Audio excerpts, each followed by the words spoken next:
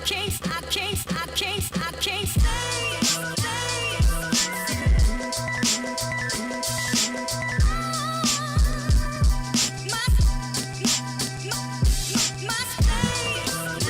fair, I was just looking for a t-shirt. This was the fourth source when I pulled up.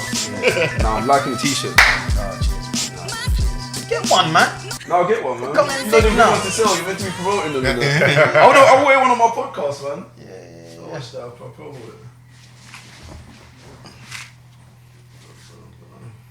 Hey, Kevin, you're right, man. It's different when you're on the other end. Isn't it? Getting in character. We might have to bring you to come interview you. Come Northwest, real Northwest. Well, we're not going to be there. We're moving. No, do you know what? I used to be in Cricklewood quite a bit. Okay. Like this is years back though. I dated a young lady that lived there for a couple of years. Okay.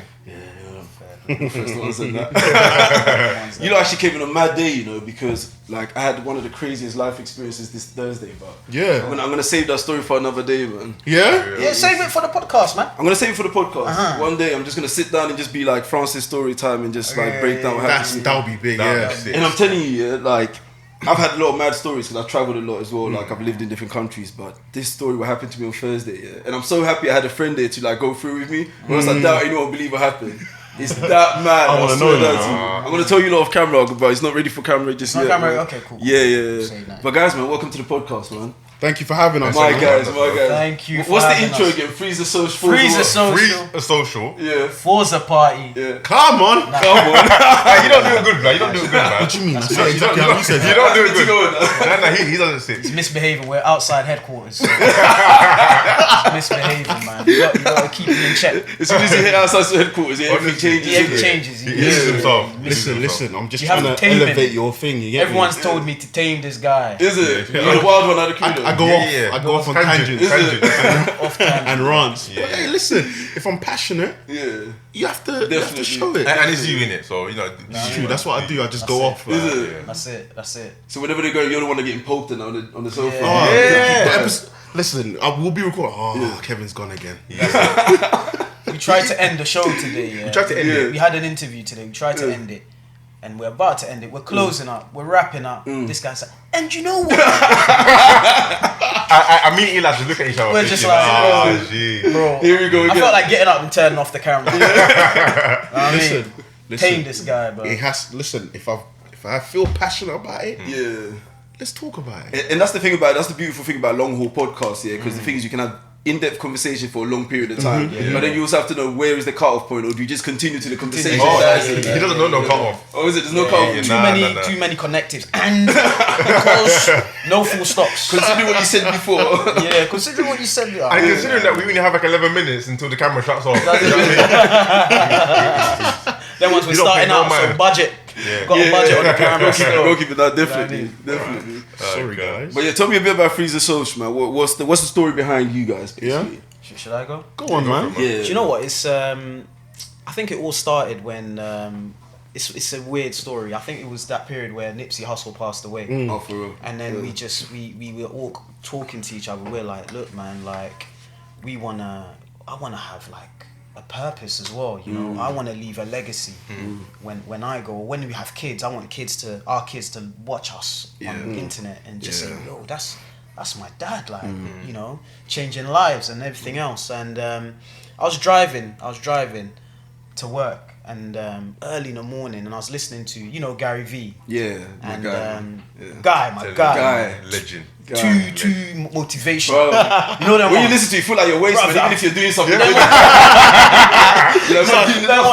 You're doing nothing, even when you're having dinner. You're like, whoa, what am I doing? What am I doing? You know what I mean? Throw the jollof away. Just want to start getting back into it. But I was listening to it on my way to work, and he was just like, you know what? If I was good at communicating and talking to people, you know, I would consider that as a gift. And this is the age of podcasts. And that interview was like 2-3 years ago. And then just the light bulb moment came. And I was just like, yo, Kevin. I called Kevin in that morning. He didn't pick up. I kept calling him the whole day. I was like, yo, Kevin. Called him up on the same day we met up. We drew out a plan. And then Kevin was like, Starbucks, it was Starbucks. We went to Starbucks on that same day. And then Carl, you told Carl, you're like, yeah, Carl, me and Carl were thinking about doing the same thing as well. Oh, so you like discussed it beforehand? Yeah, Yeah. so me and Carl, we talk every lunchtime. Well, most lunchtimes. Yeah, quite often. And started to realize that we're having these interesting debates and interesting conversations. Yeah. And I feel like we felt like it's something that people would want to know about. People would want to hear about. Exactly, because it's conversation that these people, like other people, probably having themselves. You know what I mean, with their own friends. You know what I mean. So it's kind of create a conversation of it. Exactly. Kind of to a wider audience in that sense. And then when Eli called me, I was like, It made sense. it's meant to happen. Yeah. Do you know what I mean? And I'll say when we initially started, we didn't actually know where we wanted it to go. We didn't even know what we were doing. Exactly. In terms of No one doesn't. I still don't. Was that a camera? What? it's a mic. You know, Even a now, mic? I'm like, you know, them how do you uncles tell from me- Africa. How do you operate this type of ego? You know that one? It's mad still, bro. And them ones just sitting in front of a camera. It's like, whoa, okay. Yeah. And then having to interview someone. Yeah, that's something crazy. that we've never done before. Yeah. And then as time went on, you start to realize, okay, this is where it needs to go. We found our natural path. Yeah. Natural Yeah, selection yeah, of yeah, yeah. what we need to do and the information we need to get out there. Yeah, and that's the thing. We just wanted to wake up the community. Like really, just by being ourselves, but at the same time bringing guests on to educate them and inspire them and empower the youth within Yes. our community. Because I think that's really important. Yeah. And it's not necessarily about the end goal. So where the person is right now. Yeah. It's about how did you get there? Yeah. What did you The go journey. through? Even to the get start process, because I think one of the Exactly. interesting things that I'm discovering right now is that everyone that's done anything, there was a time, there was a period where they had to just take the leap of faith and just do something. Exactly. And there's a difference between those that do and those that don't. And those that just took that initial step just to start it, then a couple of years down the line, they're like, oh wait, I didn't know this thing was going to end up where it is. But they took that Exactly. leap of faith, and that's one pattern I'm starting to realize about a lot of people that do stuff. true. Yeah. So it's about encouraging that in others just to take the step and do whatever Exactly. it is that That's they the do. thing. Because even this is a leap for me. Like I'm camera shy. I'm not a confident speaker at all. So for me, like this was like something crazy. Like, you know what I mean? Obviously, something I wanted to do. But like for me, like even doing it is even a challenge for myself. Yeah, definitely. And educating myself on the But you know what? Growth. 100%. We've all grown. What, 2 months we started Absolutely. this? Yeah. We've 2 all months grown. I've seen Eli change. I've seen Carl change. Yeah. Do you know what I mean, I've I'm even definitely starting to see your myself. characters come out more. Because Yeah. I mean, I watch everything. Like anyone that I follow, I always Yeah. make a duty of mine to like watch their stuff Yeah, and yeah. see their growth, see where they're coming yeah. from. And I've seen your characters come out because I remember when I initially first started, I sat there and my boy who forced me to record my first episode, I was kind of just listening to him.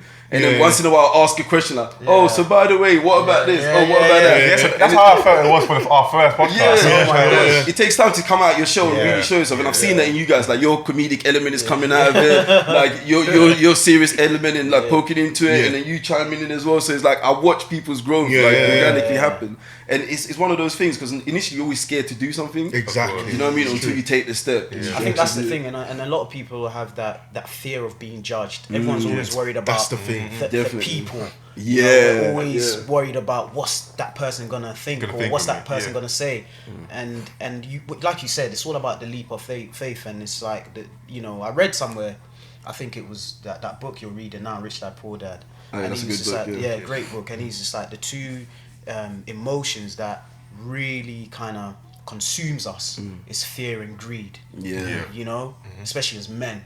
You know, we're always like, usually sometimes we're like, nah, why are you doing that? You know, why are you gonna put yourself on camera? Because you're worried about. Especially coming from the ends as well. Exactly. So, oh, what you doing, bro? It's dead. What are you Like, doing? It's what dead. you It's doing? dead. Bro, we were getting all of that. Yeah. We were getting all of that. Man, then we're just telling us And we what? had to learn to not take every opinion. Opinion, Because they're not doing it. They're not Yeah, immersed in it. exactly. Do you know what I mean? And even the thing is that But some of the feedback, been positive. feedback is positive and it is good Yeah. and it It is keeps you constructive going, feedback. definitely. Yeah. Just But the thing is, like, I think the idea is not to do it for the feedback, not to do it for the likes. That's what Gary Vee always says, don't watch the likes, just do it. Do something that you enjoy doing and put it out there. Do you know what I mean? Exactly. And even Will Smith said, the best things in life on the other side of fear. Yeah. 100%, 100%, man. One of my guys got a great quote. He's like on his website. I think he's described as the guy who stepped behind you on a bridge and pushed you down, only to find out that you could fly. So he's there to like push people out of their comfort zone, and then you realize that you can fly and flourish through it. Get You know what I mean? comfortable being uncomfortable. That's 100%, it. This is 100%. it. But it's interesting because we were like you said about growth, that first episode, I watched it back and I was like, shit. Yeah. I looked like I wanted to take a shit. Bruh, I looked like I had some shinto with Benku. Some spicy stuff. Some spicy stuff, blood. Oh man, I was just like, I was scared, you know, and that's because, Justin Finlayson, who CEO and founder of United Borders, he's a sick guy, sick guy, and we were in awe of him. And that made us even more nervous, and we're just like, I didn't know what are we wrong actually thing. doing? You know, but You make you question yourself afterwards. we were questioning ourselves. We're like, wow, that was so amazing. That was real. But then we grew from it. Yeah. You know, it kind of developed us, and we took so much confidence from it. And it's nice to see the growth. It is definitely. nice. And it's good to have a guest like that on as your first as well, because it's like he kind of steers the ship. So Yeah. you're not really bothered about having to Yeah. do too much. You're not too Exactly. worried because Exactly. he'll carry the conversation. He anyway. did it so well. Thank you, Oh. thank you, Justin. He took the mantle, Thank you. and I said, "Thank you." Like, what am I even gonna? Like, exactly. I know what to ask you, but in that moment, your mind can sometimes My just. mind was clear. Like I forgot I was meant to be interviewing someone. Oh, Like for I real? felt like I was watching a documentary on it. Like, I was like, Yeah. oh yeah. I was, But it's a captivating interview. Yeah, It was a 100%. really good Well, no, interview. definitely. But you're doing big things as well, Francis. I'm trying, Come man. on. I'm trying. Let's do humans. we're then, trying to hang man. out you, bro. You're in the gym always looking at the hench. I'm having that hench, bro. I'm watching this Bro. podcast. I'm like, this guy's getting some guests. I've actually been blessed with having some amazing guests on, and really I think have, that comes down to like the networking nature of stuff I used to do beforehand. Yeah, for So, but then having to like transition that into a podcast and me interviewing and having conversation with people that I genuinely actually looked up to is something different. But I think what helps me carry out the conversations, I'm actually interested in the people I'm talking to. Yeah, I'm making my thing to actually go out there and like research and genuinely find out about them, what their passions are beyond stuff that they do. And when you do that and then you're in the company of someone, it's a bit more comfortable. Like I've been watching you guys, so it's like when you guys are here, I feel like I know you already. Do you know what I mean? Same And here. people think brothers don't get along, but really and truly, when you see man them really get along, it clicks like mad as compared to anything else. So it's like when you go out your way and you genuinely immerse yourself in your guests, like when you have them on, it's calm. And then obviously my networking event side of things has like enabled me to connect with a lot of people, and that's why all these guests are coming along. But then also, what I found now that was slightly different when I started was that I was struggling to get guests because I didn't have enough content on my page. Do you know what I mean? But the more content you have, the more things you can refer people back to. Yeah. Because the first episode I had on was about property, and then when I contacted someone who was like a researcher, they were like, "Boy, you're just talking about property. It's not gonna match." But now I've got various forms of content. That's exactly how It's like, yo, it matches. Do you know what I mean? I'm doing like different things and I'm doing stuff. So yeah, man. How have you grown, man? Because I've seen a bit of growth, but I want you to tell me how you've developed. What's your journey been like? Yeah. It's been hard. I'm not gonna lie. Like obviously initially when I started off, I was very inconsistent. Like mad. If you check my first 10 videos, there's like near enough a year gap between them. So it's like I'm releasing videos every couple of months, and that doesn't work with anyone. So people like it, but then it's like if they don't have nothing to come back to, they won't really be that much inclined to like check out your stuff or to search for your stuff. Absolutely. So when I realized that people are actually after my content, because people contact me and be like, "Yo, bro, when's your next thing coming up?" And I was like, "Wait, when you that was asking me, what am I doing on YouTube?" They're like, "Yo, I liked it." Do you know what I mean? There was some good value out of it. So what I realized is that I had to be more like committed to it, and I had to be more consistent. And when I started becoming more consistent, then I was growing quicker. I was like connecting with more people, and more people were like asking me about stuff and just getting more in tune. Yeah. So I realized that now, like I have to keep this up. Like so I need to have a plan whereby I'm gonna release every week now, and regardless of what happens, every week that episode is gonna come out. Whether I'm gonna sit here by myself and talk, or just grab one of my boys or whatever, which hasn't happened so far, but it's just been consistency, and that's all it is. Do you know what I mean? That consistent growth, and then taking it to the next level, and then also because I do everything independent, I haven't had anyone working on any other side of my thing. So like marketing, like posting stuff on the socials, I do everything from start to finish. That is, I'll be honest. Do you know what I mean? That's the hard part. That is difficult. The socials are difficult, especially if that's, especially when it's. When you're not that way inclined, like you're not social media type of person, and us three aren't social media people. So when it came to like the whole posting and you know ensuring that every day you're on it, it's hard, man. It's hard. It's so hard. It takes a lot out of you as well. It's so much energy. And I was telling the guys, I was like, guys, this takes a lot of energy. So we've all got to chime in. You know what I mean? It's getting a bit long now. It's getting a bit long because you have to, cut a specific bit of a video. You have to watch your own podcast, get like the main points, edit it, put it out there, Yep. and then you've constantly got to start you've got to interact with and then other. you're contacting people as well, trying to get guests on. Like, Yeah. keeping up with all that bit there where people see your message and not respond, it hurts, you know. Yeah. It's like, come on, man, I'm asking you to help out. Even if you don't want to, At least respond and say no. Just say no. You're not ready. Don't leave me on red. It's so mad because I think recently I've been speaking a lot about creative fatigue with a lot of like my creative friends that come through as well, and the message that everyone seems to convey is that the longer you do it by yourself, the harder it's going to get, and then the less you become motivated to do it. So it's always good to, like, as you're growing, figure out ways of like automating things, do you know what I mean, or like building a team around you, because what we're doing is not easy, do you know what I mean? It's not And at all. sooner or later it's gonna start weighing down on you, thinking, wait, this is long, man. Like, I have to record, set up, afterwards I'm gonna have to edit, cut, post. A Like, full-time it's job. It is, Full-time job. legit It it is, is, you know what I mean? it is. And when you got a passion for it, it's kind of hard as well, trying to balance that love for it and then also the material stuff. Yeah, Like, it's true. It's I totally easy. agree with you, man, because we've had our moments where I know we're only like I think right now we're probably 11 episodes in, but we've done loads of recording as well after that, and you just get really like tired, like the fatigue, lethargic, because we're worrying about the camera, then you're worrying about the audio.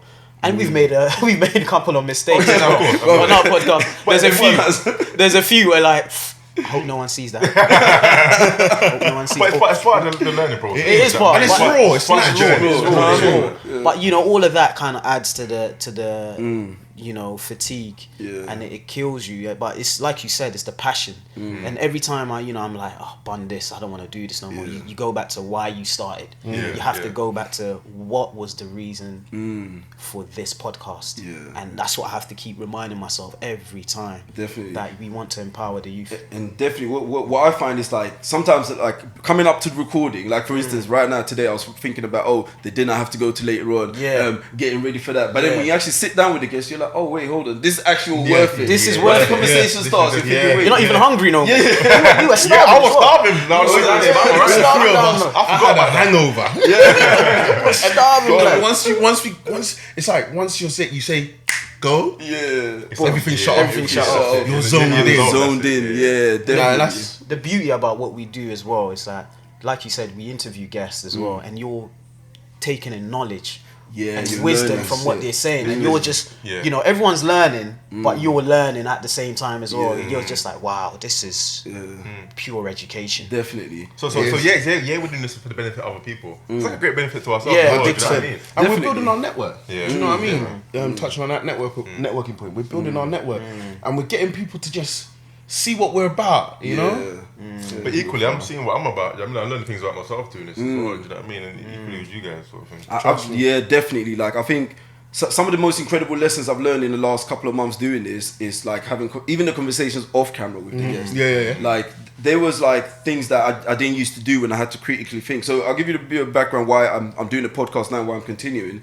Is that I feel like our community, there's a conversation that we kind of left out of. Yeah. Do you know what I mean? Like, we always see things like one-dimensionally, like based on like whether we live in an estate or whatever area we live in. Yeah. And we don't see beyond that there's people out there that might potentially look like you, that are doing other stuff, or even not even looking like you, but someone's doing something that potentially you want to do. Yeah. So just showcase that side of things.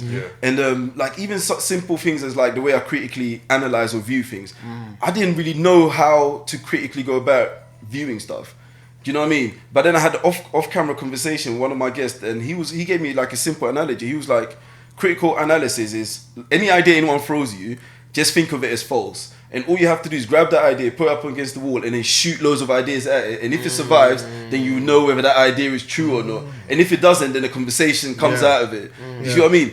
And then That's mad. it's actually crazy because I realized that the more I started doing that with a lot of comments I see, with a lot of things I hear, right, in terms of like things that are happening politically in the world nowadays, I started getting a better understanding of anything and everything. Because as soon as someone throws an idea at me, in my head now I'm shooting tens of shots at it to figure out like my own view of it instead of just having the world's view. Because we all know the media lies now. We all know everybody and their mama lie. It's about finding your own truth and then finding your own purpose behind it. And that's one of the craziest things that's ever hit me since I started podcasting. and like I've taken that elsewhere now. Now my mind is just like open and blown to like. So as soon as someone says that, and you're already like, okay, boom, I'm already shooting it down, or like shooting loads of things at it to try and figure out exactly where I'm going with this idea. Do you know what I mean? And this ideology, because it's mad now. Because now we're being filled with tons of ideas and stuff. So it's crazy, man. Do you watch it back? So do you have a favorite episode? When you your podcasts, I know we're putting you on the spot. Is there one where you be like interviewers being? Do you know? Or maybe top 2 or something. Like, there's some incredible people that I've spoken to, and I'm like, this person is different. Do you know what I mean? One guy, Alfie, for one, being Alfie, he's been through a lot, but it's just like his mindset. Do you know what I mean? That made me think, wow, there's some really incredible people out there that go about their way and get things done, and they get things done properly. Like, this is a guy who went from like no academic qualifications to at one point earning 100k a month, to then going completely broke again, to now rebuilding himself to back to that stage. And it's like just seeing, like, I was seeing him online, I was seeing his energy and his vibe and how he was going back, carrying himself and doing things. But then to have him in person talk as well, you can sense that same energy and that drive. And it shows you the difference between people that succeed and people that don't succeed. Because I can grab him and put him next to Gary Vee, regardless of their levels of success, you see the difference in them as human beings. And I realized that humans, we're built different, we're wired different, and how we think and how we program our minds will determine a lot of where we'll go in terms of like our successes and failures. Absolutely. So we realize the mindset is a big thing, man. It's true, and that's what barriers mean nothing. That's what we figured out today, actually. How important your mindset is to actually your own personal success. Your life. 100%. It's all your mind. It's true. It's true. Like, the mind is a powerful thing. It becomes your reality. So what you lay out in your mind, whatever like ideologies and stuff like that you pump in your mind, it becomes your reality. That's why like I've never been a big fan of like identity politics. I've never been a big fan of like radical movements.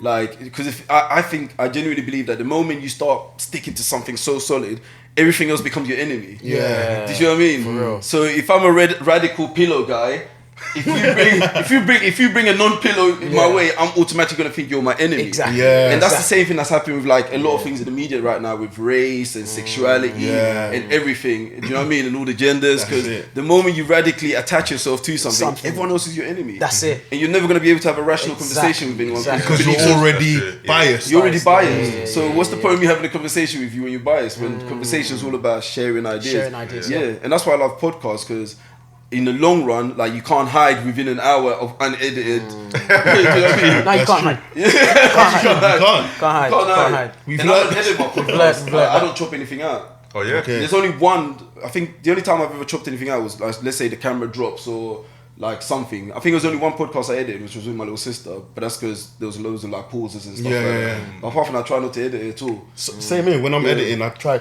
and that's another thing that I've learned, right? Because we starting up, we didn't have reliable people, as I said, to do things on time, because obviously they had other things to do as well, right?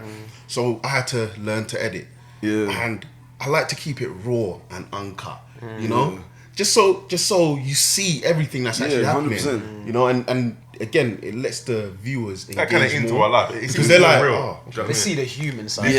Definitely. You know what I mean? I think that's probably one of the reasons as well that I always say, like, I dress the way I dress in my podcast. I purposely just keep it plain. Do you know what I mean? Like a t-shirt, football top, whatever, and just roll on the camera and keep the conversation going. There's no, I don't even have an intro yet. I need a proper intro like you, man. I like your intro with the cartoon. That was sick. It's like Fred Flintstone just moving. The black Fred Flintstone. I like the intro, man. That intro's dope. It's dope. It's dope. My boy actually done that for me. He was just we were thinking of going for that cartoon. He's sick. I can hook you up with a thing guy, man. He's sick. My guy, man. Like, literally, all I done was send him like 2 selfies, 3 from different angles. Boom, and then he just designed the whole thing. That's that. I think like a week or so. He done the whole thing, like 16-second animation. I don't know. How did we come up? I think it was me. It was all me. You know what? This guy is the brains. I was just like the intro that we have at the beginning of certain videos. I was like, hey, why don't we do a thing where we do an entrance shot? I was like, that's sick. The entrance shot is sick. And then why don't we do a bit where we're talking, like to introduce the guests before the podcast? I was like, okay, it worked. And then I took up a central role, so I was happy. Head honcho comes in. Out the door, me like and Batman. We laugh. We're gonna make memes of all of it. We were watching it, and then when you watch all the different ones. It's funny because you got funny to watch.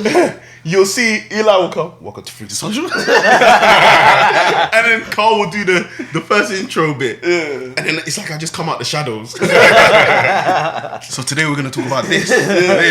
Oh, that's by the door, isn't it? So it's funny, man. It's funny. Eli pioneer. Eli's on job. He's on job. He's always thinking about stuff. I'm always thinking, it's like you said, the creativity is always there. Like when you go to sleep, sometimes I don't sleep. And I never feel tired, especially when you, like you said, when you're doing something you're so passionate about. And like we've edited videos up until 2 a.m. and you've just felt like, we don't feel tired. You're happy at the end of it. You're happy at the end and you're like, that was a good job, That's the beauty of doing something you love. So that promo video, I think I was driving to work and I heard the song.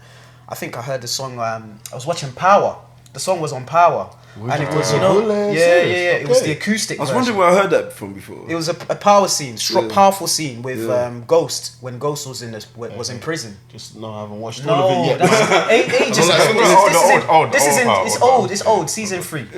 And when Ghost was in prison, and and he calls Tommy, and he was just like, look, Tommy, make sure you got my family. I don't know, something about it. And he's like, I got you, brother. And then that music came in and then it was just silent. And then Tommy's just staring into the distance and I was just like, whoa, that scene was powerful, man. And that music was powerful. So then I was like, where's that music from? And then you go back and Shazam it. Shazammed it. I did it all the time on Power. On Power, I'm constantly Shazamming. Constantly. And I think it was what was it, Chasing Status? And I was like, that's the tune. That's the tune. That's it. That's gonna be our promo vid. And then we got the cameraman and he did the whole drone. He did a crazy. When the drone. I think that's what a holiday you flipped. I was like, you were like sick promo. I was like, the drone flying out. It was surreal. We're like, we remember just fly around like I could. Trust me, certain man were like, yo, bro, why didn't you call me? I wanted to be in a video. I was like, it's a music video.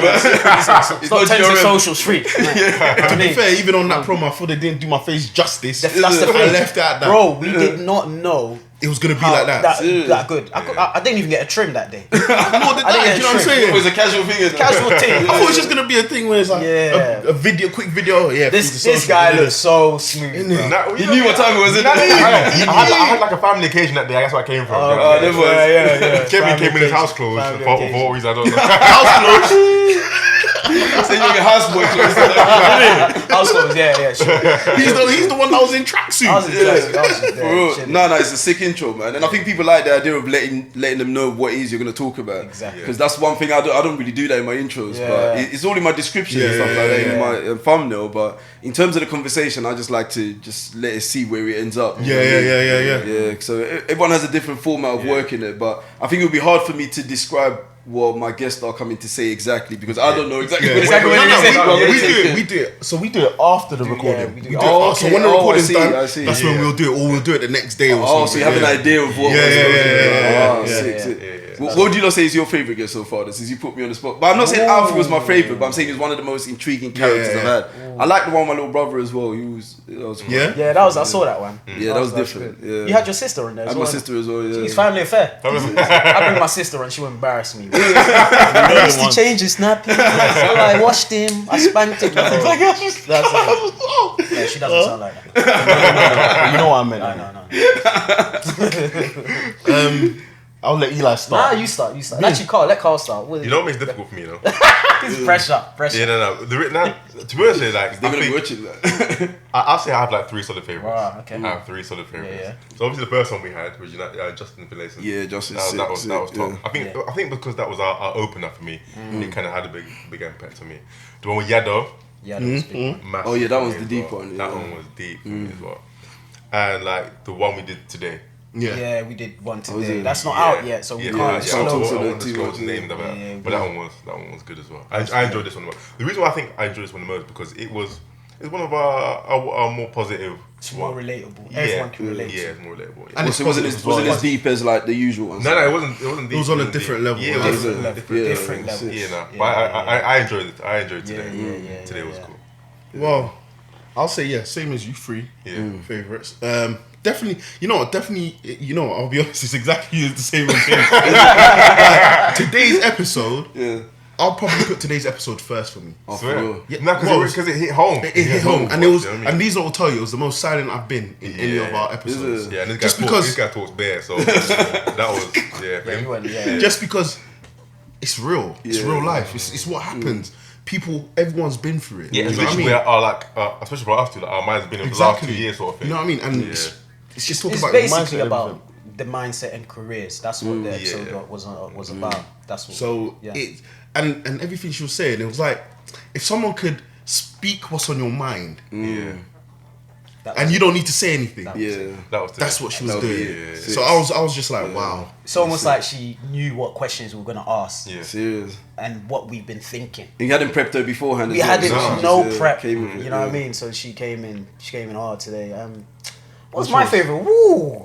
Oh, I got a few. Top 3 as well. Yeah. Oh, it's tough. It's more or less on It's the like same picking your top 3 best rappers. And it changes all the time. And sometimes I watch them back as well. I like watching them, like when I'm driving to work. It puts a smile on my face because it's like, is that really me? Like, interviewing these guys. Yeah. You know, it's that's, nice. That's what happens, Yado's one.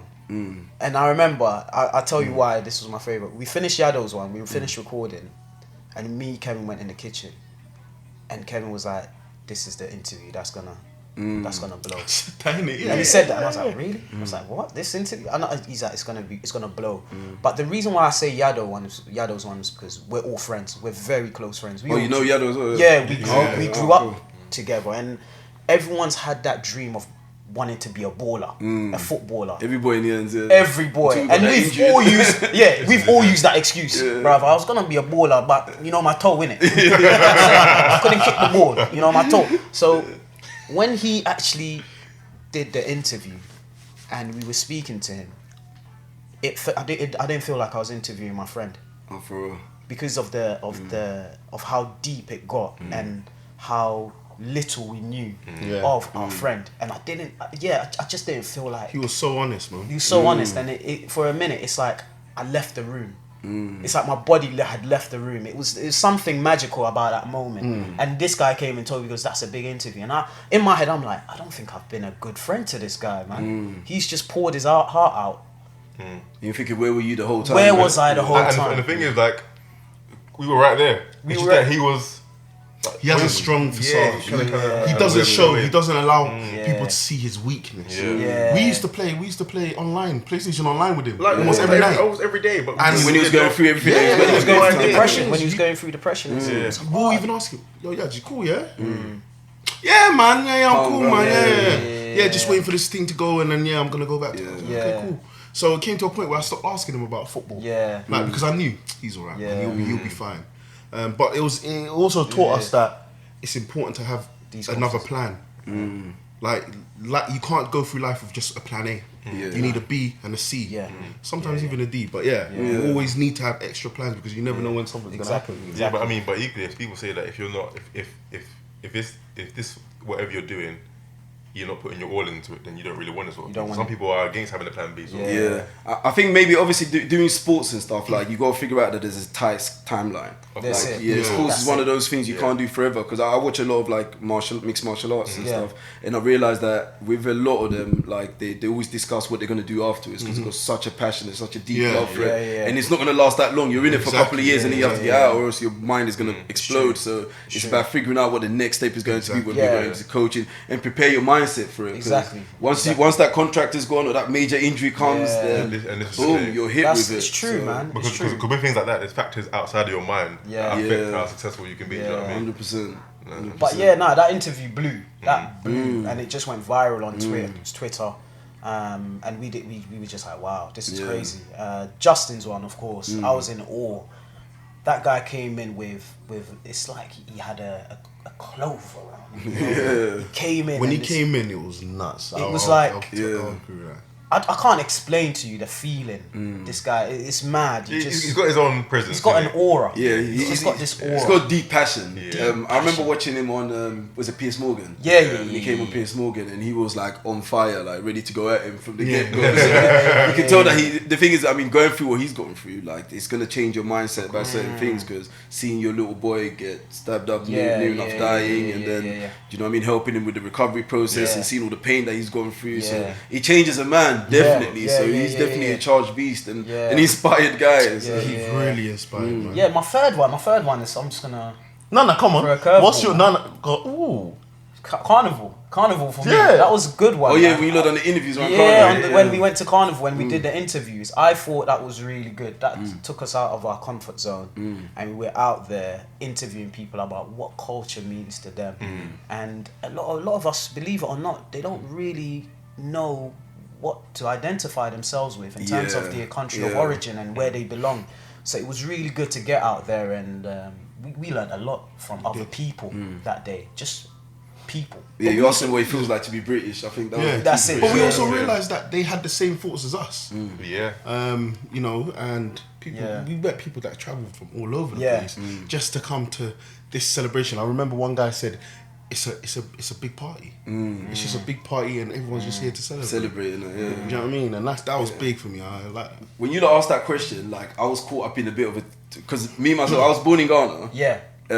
Left I think 3-4ish, and then moved to Sweden. I'm still a Swedish citizen. Like, Jeez. I'm still Oh, yeah. Swedish. Man, that's sweet, bro. Black Viking out here, cuz. Black Ford. I'm Brexit protected and Them ones. Well, and then I've been in London my whole life. So it's like I came here when I was 11 from Sweden. So when you ask me about where do I identify with, like particularly as like the culture, it's strange because there's so many things. If It's hard, isn't I'm it? Ghanaian, Swedish, and British, but I spent most of my time here. You know what I mean, I've been here for about 20 years. I went to secondary school here. Secondary school when you become yourself. Innit? Exactly. So when people ask me where I'm from, it just depends on how I want the conversation to go. Today, I'm Swedish. I want to sound tropical. I am right now, so I'm Swedish. I'm like, you're Swedish. I'm like, what? You want me to bring out my passport?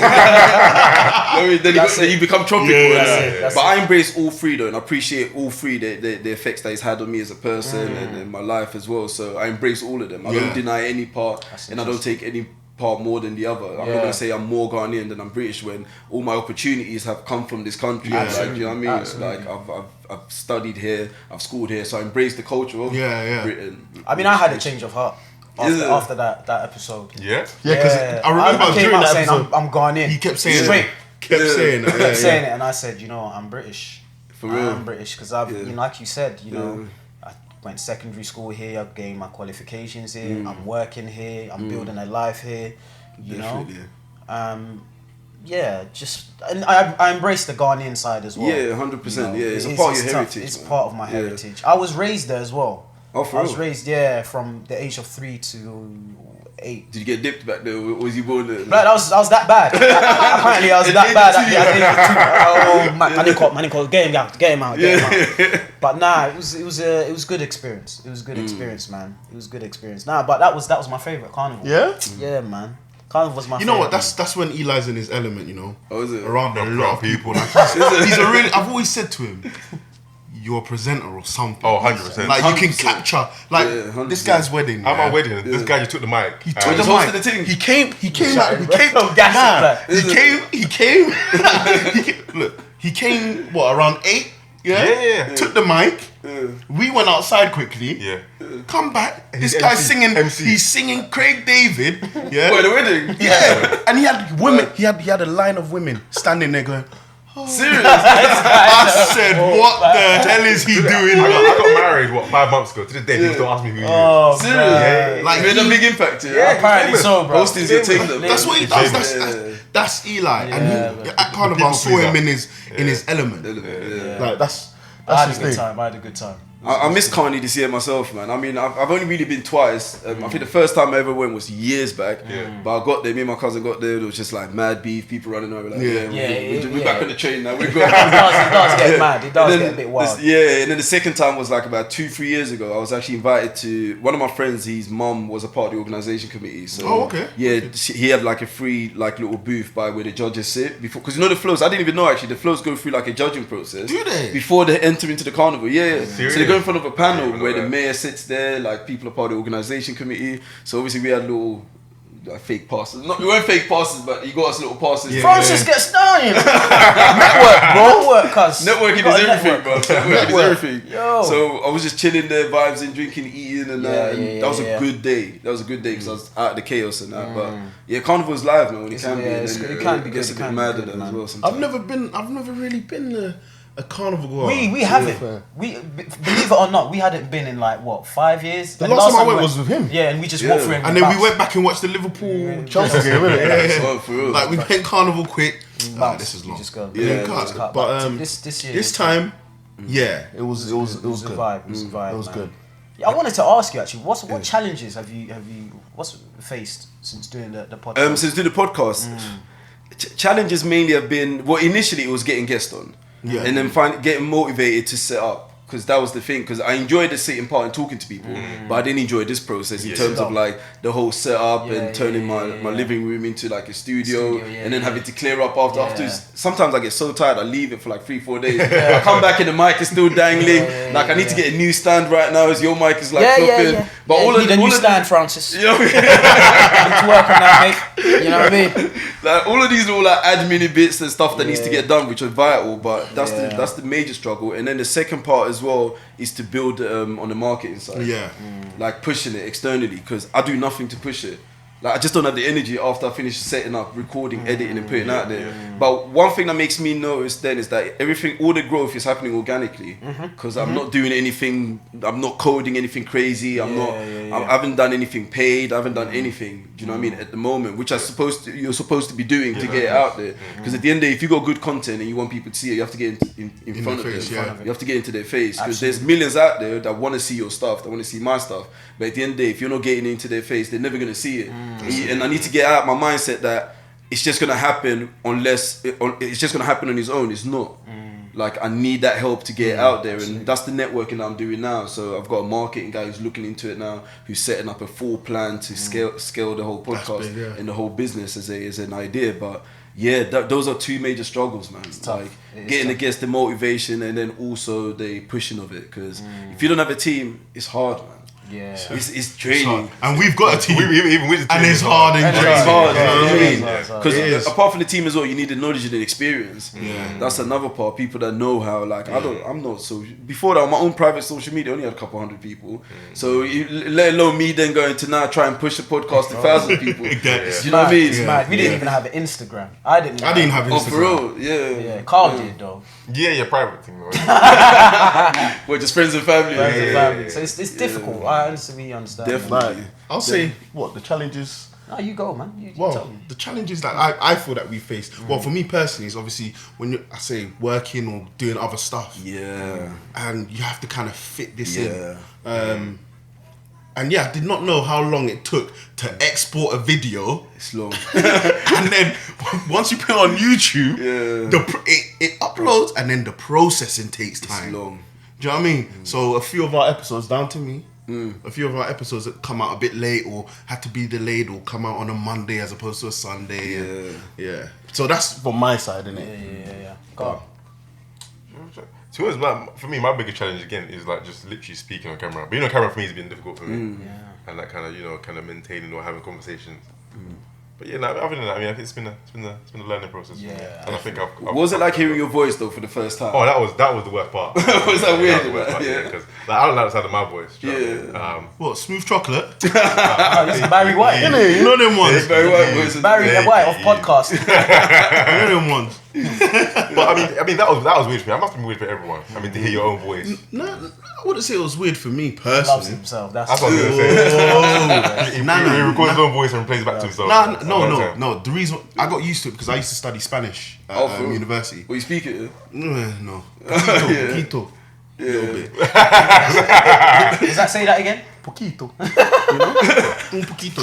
You're not buying now. Nah, You're not buying. I'm not liking it. So I had to record myself speaking English and then speaking Spanish, and then that's how I'd prepare for like oral exams and things. So I had to get used to listening to my voice. But don't get me wrong, the first time I heard my voice, I was like, I don't sound like that. Yeah. Because in my head, I know how I feel like I know what I sound like. Yeah. But then when I hear myself, I'm like, okay, that's mad. My voice is a lot lower. I mean, a lot higher pitch, should I say? Than you thought it was. Than I thought it was. You thought it was like mad deep. I thought it was deep. You thought you were sweet talking. Yo, babes. Nah. Yo, babes.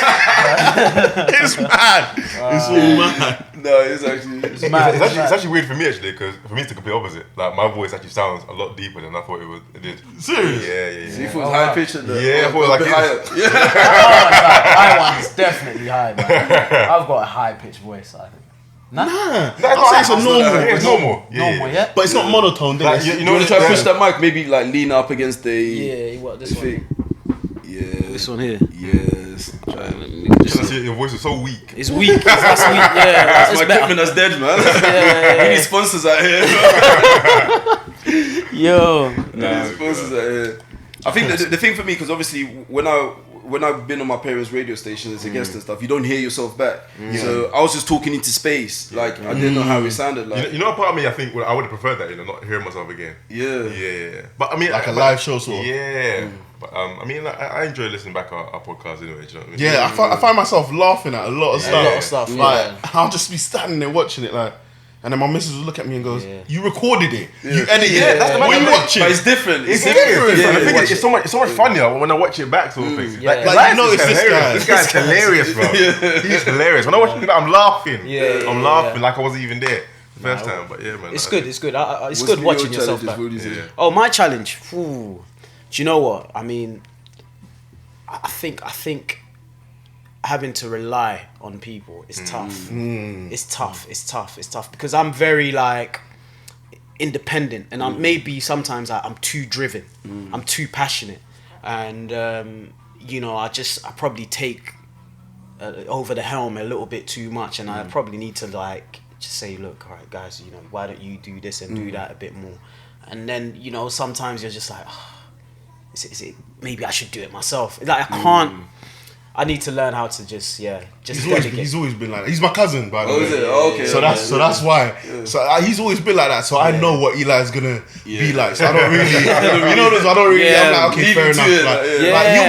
He'll message me like, I think this week he messaged me, post this up, and I'm in the middle of a meeting with work, and I'm like, for me, it's all about timing. I can't really do this right now. You know what I mean? Yeah, it's true, and I'm too hard on them. I'm far too hard on them. But it's good to have different people with different skill sets as well. You Like, learn to then you're getting like, it makes it like a yeah. nice blend and that. Do you know That's what I the mean? thing. We're too hard on ourselves. Like he'll call me with a radical idea. I'll be like, Eli, are you sure, bro? Yeah. Like, Eli, I'll call him. I don't know. Cancel that here. I'm like, I don't know, I'll call you all the time at some crazy hours, man. What would you say is your biggest fear now being in like this environment? Because obviously social media and like YouTube and everything is you're under scrutiny. Yeah. Do you know what I mean? I think probably a little bit for all of us is like being careful of what we're saying and the potential effects on that. Maybe like obviously we all have jobs. Yeah. We live in a snowflake generation. Everyone's sensitive. Everyone's hella sensitive. Everything's so polarized on a different scale now. If you say the wrong thing, I'm a teacher, believe it or not. So, yeah, I'm a teacher. So it's funny. A couple of my students go, "Oh, I didn't know you did that." So, oh my god, yeah. I'm like, oh my god. Is it? Now they're gonna be on you. Yeah, What well, level are you teaching? Secondary school. Oh son. nah, yeah, you're gonna Dead get hold man up if walking. you do Dead something. man walking. Something wrong, boom. That's the thing, So it's true. I think it's a snowflake generation. You've always got to be careful, and we can't. I think I was saying this to the guys. Like, I think that the psychology of the whole views and the likes and are people watching. You're constantly so engrossed in it, and I think We were lost in that at the beginning. we got lost in it. We You're constantly watching the analytics. and we're just like, we need to relax. We need to really calm down. Listen, we don't have social media. We're nobodies. You know what I'm saying? And if we're getting this amount, cater to that amount. 100%. If it's 200, respect every viewer, every respect subscriber. every subscriber, every viewer. Cater to them. Don't worry about the millions of people that's not watching because they're not watching us. They're not watching us. Yeah. You know, you've got to cater to them, and that's you can easily get bogged down in the whole numbers. And the likes and all of that, but that doesn't matter. That shouldn't matter. Nah, it shouldn't matter. I think obviously for me, I had the same issue, and I think a lot of people have had the same issue when they initially start, because what we tend to do is we tend to compare ourselves or judge ourselves in comparison to the people that have been doing it for 20, 30 years. And this is the thing. So especially when you do something like this, like how do you define your success? It's not by numbers. So the first thing you're gonna be looking is the numbers. And then you'll be judging yourself by the success of the people that you assume are successful. So you're thinking, wait, he's got 1 million, I've only got 5 viewers. Now this is mad. These times my man's been doing it for 30, 40 years. Like you just posted your first video last night. You know them ones. Where's that million views? Where's that million views? Like, do you know what I mean? We've all been there. But then obviously there's people that will post a video and it will go big because they've had previous history. They've got a network. They've got a network. If you've got previous history and network, it's different. You can't judge yourself compared to them. So you just have to stay consistent and stay true to your journey and your message. And then eventually, do you know what I mean? Absolutely. The market never fails, man. Yeah, man. Like, but I respect you a lot, Francis, because you reached out to us, man. Yeah, no, I appreciate you know what I mean? that, man. Yeah. And I respect that, you know, because I think that's what it's all about now. I think we all need to just get together and build a community. 100%. Build a community 100%. out of the whole podcasting thing. Yeah. You know what I'm saying? I think that is key.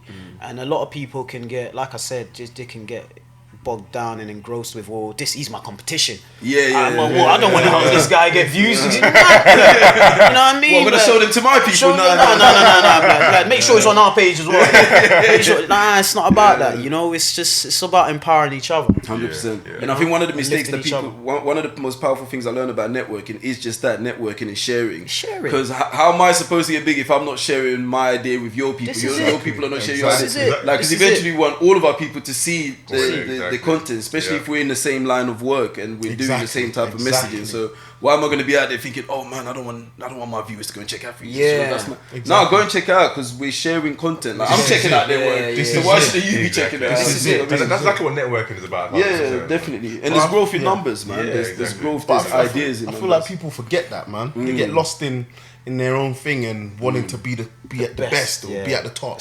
But helping each other, we can all get there. You know, the pie's big. Yeah, let's all eat. You know what I mean? Scarcity mindset is a disability. That's the way I see it. It's like if you're thinking, oh, there's not enough money out there, there's not enough viewers out there, there's not enough people out there, then you're always going to be like poor in mind. Because you're going to be limited to what you do. But when you think, now it's big, let me just open up, expand and explode. This is it. There's room for everyone. There's room for everyone, you know. And what's so interesting is that, you know, one of our guest that we interviewed, Carl Poupe, he was just like, oh my god, he was so gassed because United Borders, Justin Finlayson, was following him.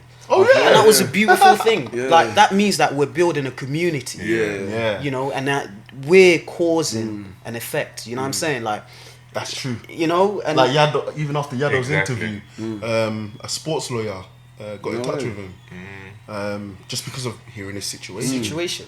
You know, and Carl, Leon Court wanted to come on because of watching Yado's and seeing how we kind of discussed his issue, and that was it's good. It feels like it's rewarding. It is. Definitely. And the rewards are not satisfactory, not monetary. They're not satisfactory. They're not at all. You know what I mean? You look at it and you're just like.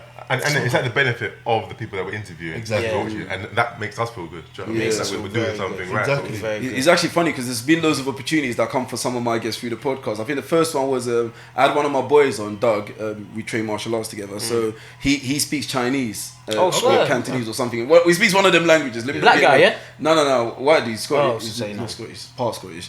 So he speaks Chinese and he's lived out in Taiwan and loads of other various places. And he had a job offer through the podcast. Wow. Seriously? Yeah, some I don't know, some mega church in America or something wanted to translate. Who could speak English and Chinese. Jeez. And they got in touch with me to then pass on the details to him. That's really and then two people that I know as well connected through the podcast, got linked up. And my sister at work recently, someone in the lift was like, oh, I saw you on some podcast on YouTube talking about Black History Month. I'm the head of BME, something in the company. She works in law and stuff.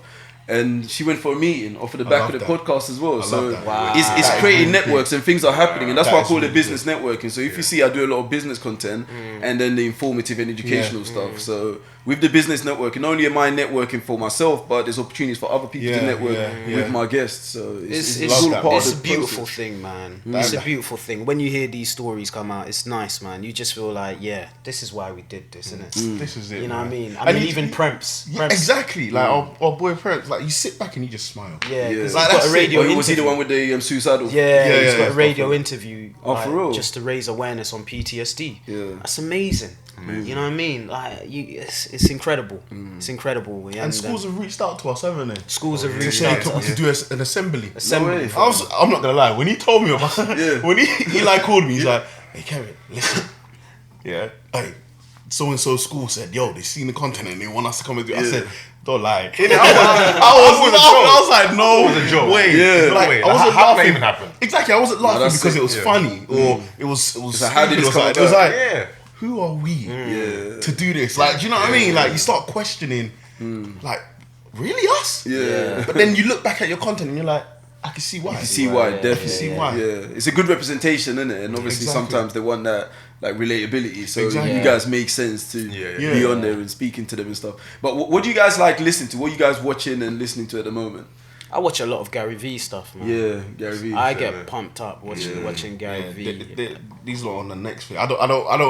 I'm not saying I don't watch Gary. I've watched him before, but I don't know. Right now, I'm just watching a lot of stuff about space. I'm very fascinated about. And you don't tell me you're flat earthers though. No. Okay, yeah. That doesn't make sense. Yeah, that doesn't make sense. No, I'm just watching a lot of stuff about. Like I listen to Neil deGrasse Tyson. He's an astrophysicist. sick. Yeah, I know him. Yeah. I listen to loads of people just talking about what's out there. That's essentially what I'm interested in. Yeah. Really. Or I'll watch like interviews with just random people like Eric Van Dyke, and he talks about ancient aliens and ancient civilizations and things.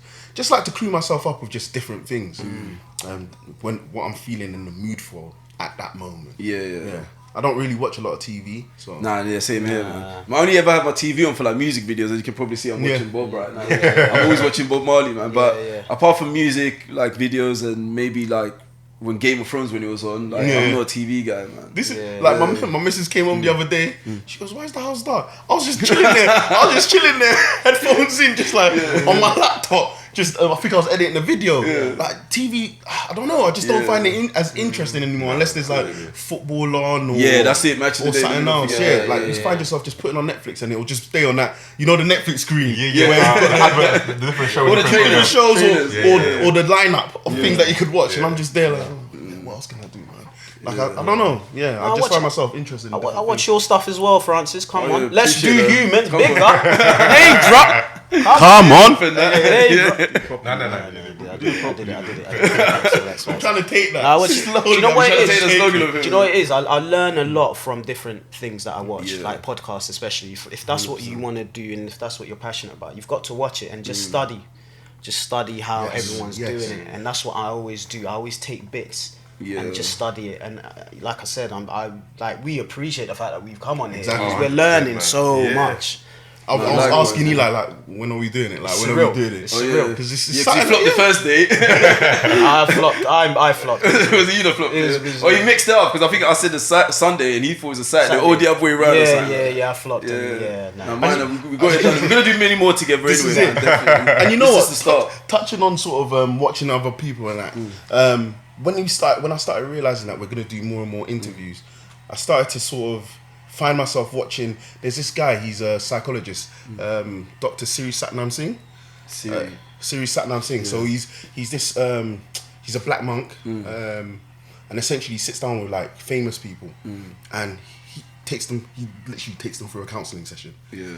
So I remember the first episode that caught me was he was interviewing YG on when he got shot, and how he felt. You know, he had a family, blah blah blah. But what I was really watching was his interviewing technique, and the way he was actually just allowing him to speak, and just watching him, and through not necessarily what he says, but through his body language or through certain things that he'll do, he'll probe, and that's what I sort of tried to pick up on when we're interviewing people. So I'll be, for example, when we were I think Kevin's an amazing interview. when we were interviewing Fantastic Yado, interview. he'll be talking about. Don't gas me. Honestly, I watch it and I'll be like, And did Kevin his thing, does innit? something. He does something. He did his thing in that. Let's go back a second.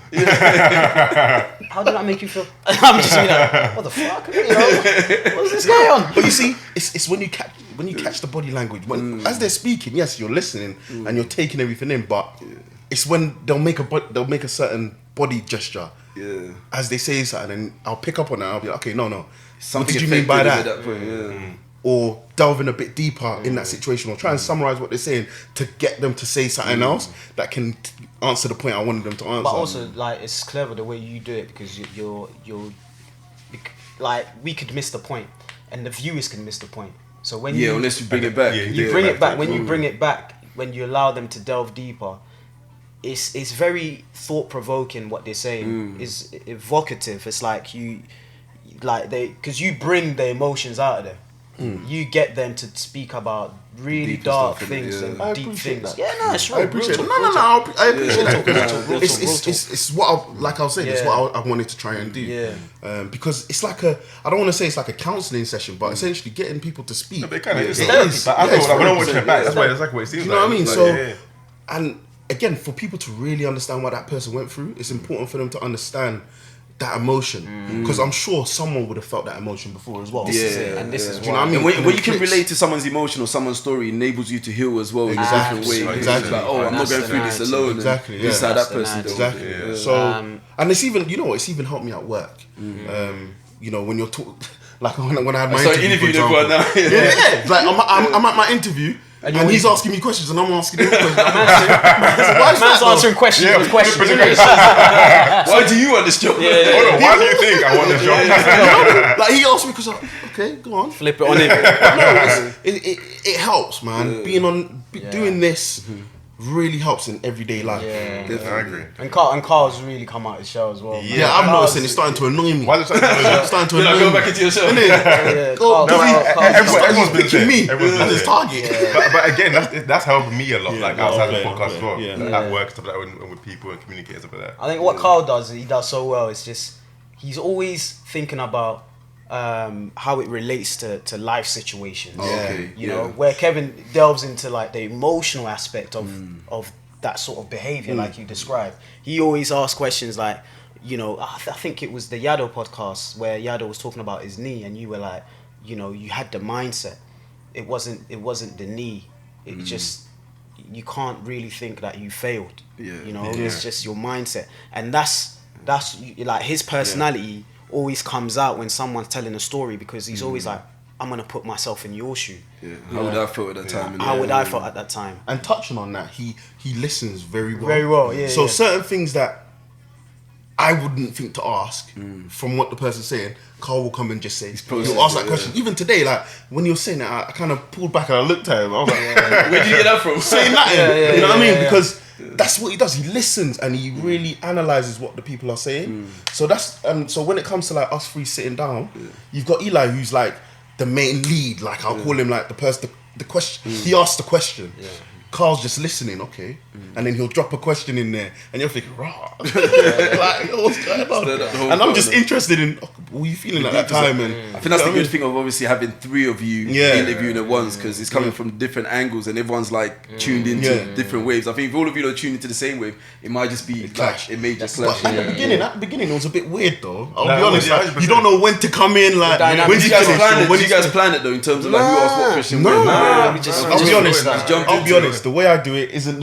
I don't even want to say this, but I'm just gonna say it. So I don't like to do. So if we're gonna bring someone on, I don't want to research that person. Okay. And I'll tell you why, because it makes it natural for me. Yeah, so like the first time I'm listening to it, questions I that can you're actually asking, delve are in. actually genuine questions you're asking. So you actually want to know. So I don't like to do. I'll do a bit of research before, just to kind of get a high level understanding. But in terms of what they talk about, I want it to be natural. And I think that probably takes the viewers on a journey as well. Exactly. Because then there'll be novices like you. Like it's like, okay, now I'm trying to get to know these guys. I take some part of my method is that process, because my questions are not really structured. I've got a structure as in what I want to get out of the person based on what the person is bringing to the table.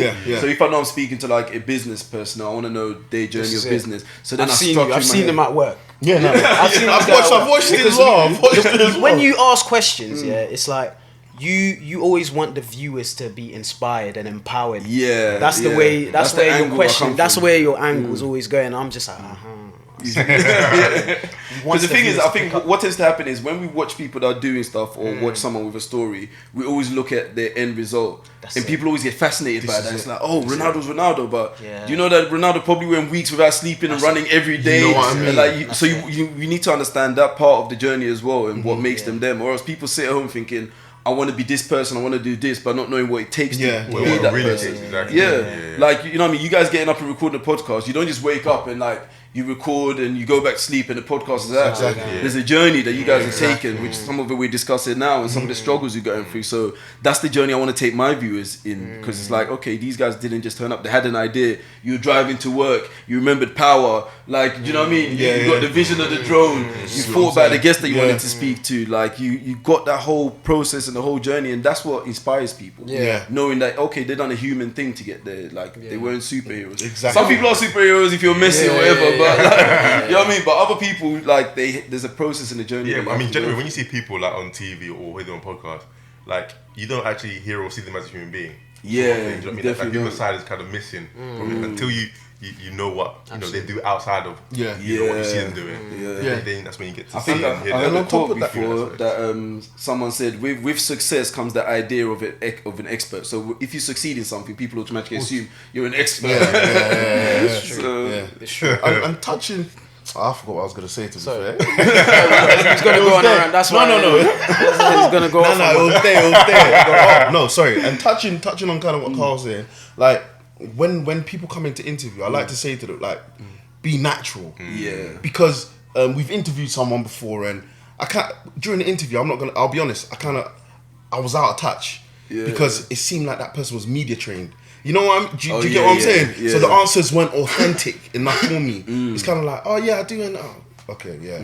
This isn't really gonna. It's not. I think that's why telling me anything. podcasts are kicking off now, because people feel like it's them. It's like, for instance, like if you watch Free Shots, like a lot of the man them like it because we know it's us. Yeah, Do you know what I mean? Yeah, you know, off camera or like when you're chilling with your boys, that's you. Yeah. Do you know what I mean? That's the yeah. type of conversation you're having. Those are the jokes, the banter. So we relate to real life conversations between people instead of the media stuff. Whilst, Exactly. That's it. whilst classical media is dying because we know that it's cut into sound bites. Like Exactly. they'll put the stuff which is in line with their political ideas. They'll cut off certain things. It's unorganic. And when I started delving deeper into like the internet podcasts and stuff, I realized, like when I watch natural TV, I realize how fake and how scripted it is. Yeah. Do you see what I mean? Like you're watching an interview, like you even know the parts they're laughing is fake. The claps are fake. You know, Yeah. So This is it. why am I gonna believe anything else? Yeah. You know what I mean? You know what? Touching on that, I went to watch. I went to watch a BBC show. No, a show on BBC, like live. And I was thinking, okay, let me go see what this is like. Yeah. At the beginning of the thing, they tell us clap. I was Yeah. like, what? Okay. Laugh, ha ha ha, and say the name, say boo or say ha. Yeah. And then I saw that show on TV, and I was like, I see it all now. See it. I actually went to a show like a couple of weeks back as well. Yeah. And again, we were doing all these things like clapping or cheering before it's we not had even authentic. seen that. Serious? Yeah. man. So I'm thinking, I can't. They wanted the sound effects for the editing. No, but in being honest, that specific show that I went to, the comedians were actually funny. Okay. So it's comedians do lectures or something like that. It might even be on Dave, to be fair, but yeah, they were actually funny. So people were actually laughing. Yeah, okay. But yeah. I can see when production. people aren't laughing Yeah. to certain parts For real. where they throw it in and the claps. It was very weird for me in that moment. Sort of surreal, you know. But That's why classical journalism and everything is dying. Yeah. Like you normal people are now taking over like the sphere of the media and production and stuff. And but then it's also making it weird and very like polarized because everyone kind of just like Absolutely. splits into their own little Yes, element. yes, man. yes, Yeah, yes, but yes. It's a great thing, man. Like, and I really like enjoying watching you guys doing what you're doing. Oh, because cheers, man. It's in line with what I'm Yeah. doing. Do you know what I mean? Yeah, Like in yeah. terms of putting out like informative, educational stuff and motivating same. people. What's some of the good feedback that you got back that you thought, okay, like this is really what we're supposed to be doing?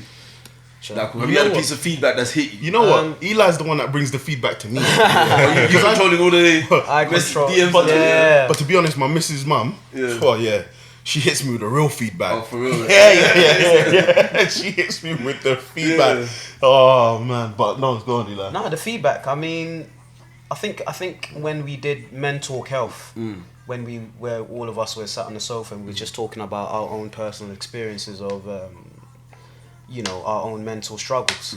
I think that got a lot of feedback because even that that episode was probably one of the most emotional episodes for me because I was having to talk about my mum having dementia and how her mental illness had an adverse effect on my mental health, and I didn't even know at the time, and I didn't even speak to these guys, and even these guys didn't know about it, and I got really emotional. I even cried I just shed a tear on the podcast because I was in the house where it all happened, so I was reliving that experience. So, and at the end I was like, Kevin, I think you should edit that out. I don't know. What do you think? I said, Kevin was like, no. Because do you know what that does? It shows people that we're not just we are people. That's it. 100%. And that's when Eli did that. I said, you know what? That's a clapping moment. Like for me, although Eli's my cousin, I've not seen him cry. So that was the first time I ever saw it, and in that moment, I didn't know how to act. Like I was like, whoa. Like I was getting emotional because I was seeing my cousin getting emotional about my auntie, and I was just like, oh, okay. Do you know what I mean? Like, and if you see the podcast, I'm even saying, yeah, she's done some big things, man. Just trying to, she used to make cakes and bring it to the house. Kevin didn't know what to say. I was like, your mum was great, man. She used to bring cakes. So that moment there, we had to keep that. Yeah, so that got a lot of feedback, because I was worried. I was like, oh my God, what's people gonna think? And they were like, look, people needed to hear this. And 100%. Everyone was just reaching out. The messages were very positive. They were like a lot more men. Because most of the time when you get together, we'll be like, yo, what's that girl saying? Football. Hey, your team's dead, bro. End of. Conversation with no substance. And then it was very important that, we just sat down and I said, guys, we're going to have to strip back, because this was after Yado's podcast. And I was Yado was openly honest about how he felt and his personal battle with depression. So we owe it to him for us to strip down and just show it on camera. So that was positive. Lots of positive feedbacks in there. We've had lots of positive feedbacks, man. Have you had any blatantly negative feedback? I think it was the first one. The first one, because we didn't introduce ourselves. And we made a bold move. I still think I haven't introduced myself even. Who's this guy?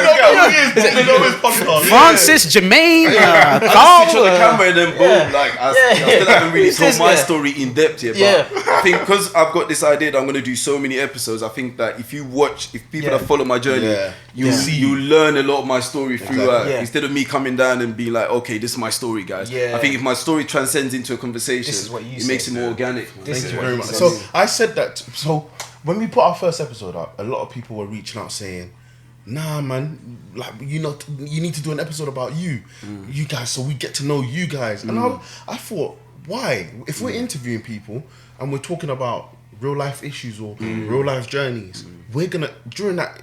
The podcast is a conversation. 3's a social is about having a conversation. So in a conversation, you get to know people, and people get to know you because you share your stories 100%. Inadvertently because you're immersed in that conversation. We can't. Yeah, go on. Sorry. I was saying that. I mean, through us questioning other people get to see our own values and our own opinions. So you can learn more about us in that way.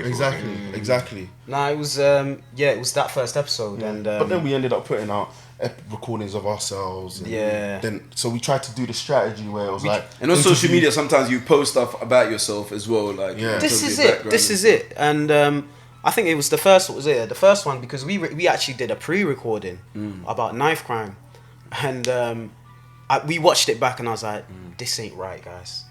I was like, we're not politicians. We sound like we're on Question Time. But again, we didn't know. We didn't know. That was the first ever episode. We were trying to go for the big one. You know what I mean? Knife crime. And it was that week. I don't know how many kids were died from knife. A lot. There was a lot of stuff. So we were thinking, let's go for it.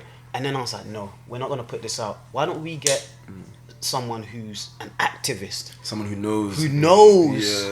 The stats and everything else when it comes to knife crime. It's not on us. That's not us. And I said, this is not us. We're gonna. But then you can give your opinion through that conversation. Thank you very much. Exactly. So then what happened was that Kevin was like, why don't we take out Eli's bit of when he got stabbed, and then we use that put as that the, up as a promo. on Instagram, which will then direct everyone to worked well, YouTube, and then it will go into Justin Finlayson talking about knife crime. And then, you know, the feedback was, oh man, use this, you know, knife. What's this about? I'm like, did you listen to the content? People don't though. That's what you gotta remember. This social media era. They probably they saw 1 hour 39 minutes and thought, fuck this. I ain't gonna waste my time watching this. You know what I mean? And then that's when I said, you know what? This is great. This is great because they're responding. So therefore, the next one will be us just talking about who we are, and we'll review that podcast, the first one, which will then make people go back and watch it. Yeah. Which was obviously a genius move. It worked. A genius move, and it was really good. But that was the negative feedback, and we didn't know how to take it. We're like, maybe this is out of our depth. Maybe I'm not cut out for this. we're not cut out for this. I'll be honest. Well, you gotta remember, not everyone's gonna love you. That's choose the social now. I was getting passionate. Yeah, Kevin gets really passionate about negative feedback. Because if it doesn't make sense to me, then what are you saying to me right now? Like like I can't remember some of the stuff they were saying, but I was just like, okay. I called Eli and I was like, yeah, Eli, these are people that are giving us comments, but they're not doing this. Yeah, they're not. So they don't really know. And how many of them really sit down and watch podcasts? And the thing is, one of the stats you got to remember about social media is whenever you put something out there, majority of the people that are going to be commenting, especially the ones that don't know you, are the ones that nothing's like they've gone through a bad day. They probably got like some horrible depression or stuff that they're going through. Like you're basically asking a room full of 1,000 good people, like, how many of you have had a bad day? I want you guys to now throw tomatoes at me. And that's what's going to happen. Majority of the people have had a great day. They're good people, but they're not really going to comment because they just feel like, oh, you're doing your thing. Cool. But then the 3, 4, 5 people that are having a rotten day are going to jump on their keyboards and be like, oh, this is dead. Boom, boom, boom. What you man chatting about? They're the ones that the voices get heard. Because the people that are most passionate and take active action are the ones that are like, down and out, you know what I mean? Because they want to project that onto someone else. I totally agree with you, and that's why I said, you know what, let's listen to the constructive, because Kevin was getting really, really emotional, and I was just like, okay, let's listen to the constructive criticism. And one of them was like, just like, why don't you use the promo video as your introduction to every podcast? And I thought that's a flipping genius idea. Why didn't we think of that? Because if they want to really, because if they're watching it for the first time, they're like, who are these 3 guys? And we have, that's where we're like, okay, sometimes you've got to listen and take in the feedback. 100%, You know what I mean? And sometimes you just got to know when not to. You know what I mean? When was your negative one? When did you feel like, I want to punch this brother? that's commenting on my Pan-Africanism. I haven't actually had any bait out and out like negative stuff, but I have people call me to give me advice. Wicked. Okay. That I appreciate a lot. Wicked. You know what I mean? Wicked. Because the way that my podcast has grown is that I haven't actually put it out there like on any of the blog sites or anything to really hear from the randoms who might have something negative to say. I haven't felt that yet. So a lot of the people that watch it are watching it because they've been interested or they've been drawn to it somehow. So usually they'll call back with feedback about like production, setup, like me, whatever. Someone even told me, oh, why don't I dress up for my podcast because I'm talking about business. I'm like, I'm trying to make sure that 17-year-old who needs to hear this is not going to get turned off by watching and seeing 2 dudes in a seat and talking about like something deep that they possibly might not understand or be interested in. Because sometimes visuals plays a part. So me dressing down is a part of the process of me psychologically trying to reach a different type of audience. So I haven't had that out yet. I've had a lot of feedback, like a lot of people hollering at me, sending me ideas and stuff. And some of it I'm like, oh, okay, like you're sending me too many ideas now, bro. What are you saying? Like trying to tell me the whole thing is there. I get it. that thing touches you as well differently. But at the same time, I'm good at receiving feedback. And I like to think I'm good at it. What was the best one that you received that made you feel like, Raj, you know what? I am doing something. Someone said they like the free flowing nature of my podcast. Like just that, like they'll tune into it. It just starts into a conversation which gradually develops. Do you know what I mean? They just like it because they feel like they're a part of the conversation. They're a part of the journey. And then one of the most important ones which I got was from one of my friends' missus. So initially when I was posting stuff on Instagram, like you couldn't see the full image. So you had to click into it to see what was in the image. Because I wasn't cutting in the right format. So she contacted me, was like, oh, have you been on your socials? And I was like, yeah. So I went on there And then she was like, check it out properly. You know, you have to click into your image to see what it is. So if I was to scroll through my socials back then before I rectified it, like you can't see any of the images properly. Yeah, because I wasn't formatting it, and that changed the whole game. Because the moment I started formatting it, I saw more engagement, more interaction. I was like, oh, okay, something simple like that could be affecting your whole thing, but you don't know about it. So it's about getting the feedback from people that actually understand like the metrics and the system and the analytics side of things. And right at the moment, I've got someone who's looking into the back end of the stuff for me, so we can take it to the next level. Wicked. So stuff like that, I like it, man. Like those are the stuff that makes changes, actively makes positive changes towards the whole process. Quick question, actually. So, like, see, every single podcast that you record, do you upload every single one, or have there been ones that think, every single one, I didn't like that one, too tough? Every single one, apart from the ones I lost when my computer crashed. Uploaded every single one. Has there been any ones where you thought, like, you know, that wasn't my best? Yeah. Okay. There's been two that now when I look back, I thought, oh, that was too early for that conversation. I had things in my head that I could have said, and there's been one in particular recent times where I thought I wasn't honest with myself in terms of my true opinions about what the person was talking about. And one was I overly respected the dude, like he was an older gentleman, which kind of makes it obvious which one I'm talking about now. And and I definitely over respected the dude, and then I wasn't honest about what I felt about some of the stuff he was saying. Okay. Which is something that I'm growing to now, becoming more comfortable with, because I've got a lot of opinions, especially when it comes to like the political sphere. Like I've been like, that's all I consume at the moment, political stuff. So I have my own ideas, and when someone's throwing ideas at me, if I don't agree with the idea, I gotta realize that I gotta speak out, because if not, then I'm passively agreeing. So you could be saying anything to me. If I'm not rebutting that, I'm agreeing to what you're saying. If I'm just here nodding my head, okay. So the next question is.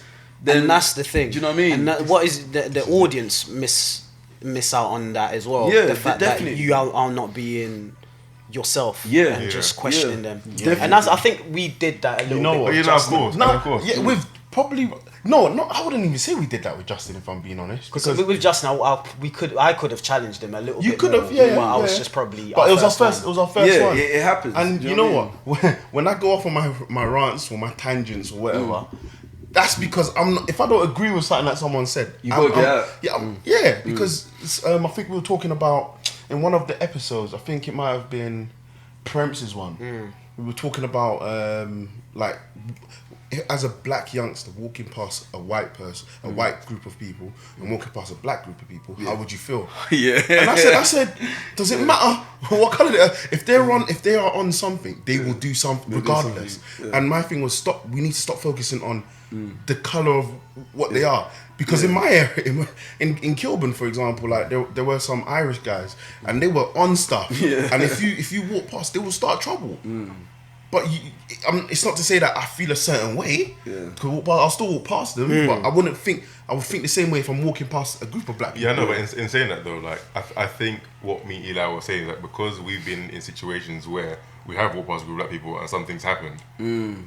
Naturally, we're gonna feel the way walking past. Do you know what I mean? I've walked past, and also, I think it's one of the sad realities of current society in terms of like how we've been programmed and how things are pushed, and sometimes when you look at statistics and media and stuff like that, it kind of controls you in terms of how you think. So even though you just said that you feel the same way walking past that big group, on a personal level, I'll feel braver or I feel more at peace walking past a group of white dudes. Absolutely. If I'm being dead honest with you. Only because obviously I grew up in ends, so I've got ends mentality when it comes to that. So I know in the ends, if you're walking past a group of black dudes that you don't know, there is a small chance, I'm not saying at all times and all black people are the same, but there is a small chance that you would have had some sort of experience like both of you had, and that kind of programs your mind, because I've never had an experience where I've walked through a group of white dudes and they try to move to me. You see what I mean? I've never had that. But then I've had the experience where I've walked past a group of black dudes and there's been that tension between us because of whatever issues we have internalized going on. Absolutely. You see what I mean? So there is that part that plays into it. And Prems did say that in the podcast. Listen, as well. Look, I can understand that. However, I can't really agree wholeheartedly. And that's just because of the way I think, I guess. I just think if someone's gonna do something, someone's gonna do something. You know, it shouldn't be dependent on the color of that person's skin. You know, you could be walking through Southgate a group of Asians are standing there and they could try to trouble you, you know. But for me to say, oh, I'm not going to feel a type of way just because they're Asian, is wrong. But I think a lot of our thoughts and our feelings with that as well comes from statistics, because we do know that there's a small group of young black men who are more likely to commit a particular type of crime within the city that we live in. Do you see what I mean? So that also plays a part, because you're carrying that burden with you as a man or as a black man walking through that crowd, that you know that this happens. Do you know what I mean? And this happens with this particular group, and that kind of shapes your mindset. Do you know what I mean? Because I mean, you've been through like a horrific incident where you got stabbed, right? Was it a group of black dudes or white dudes? Yeah, group of black dudes. Yeah, so already you're probably suffering from like the that's in my mind. Exactly, it's in the back of your mind, you know. And that's what it is. I'm just very vocal. If I don't agree with something, these lot know.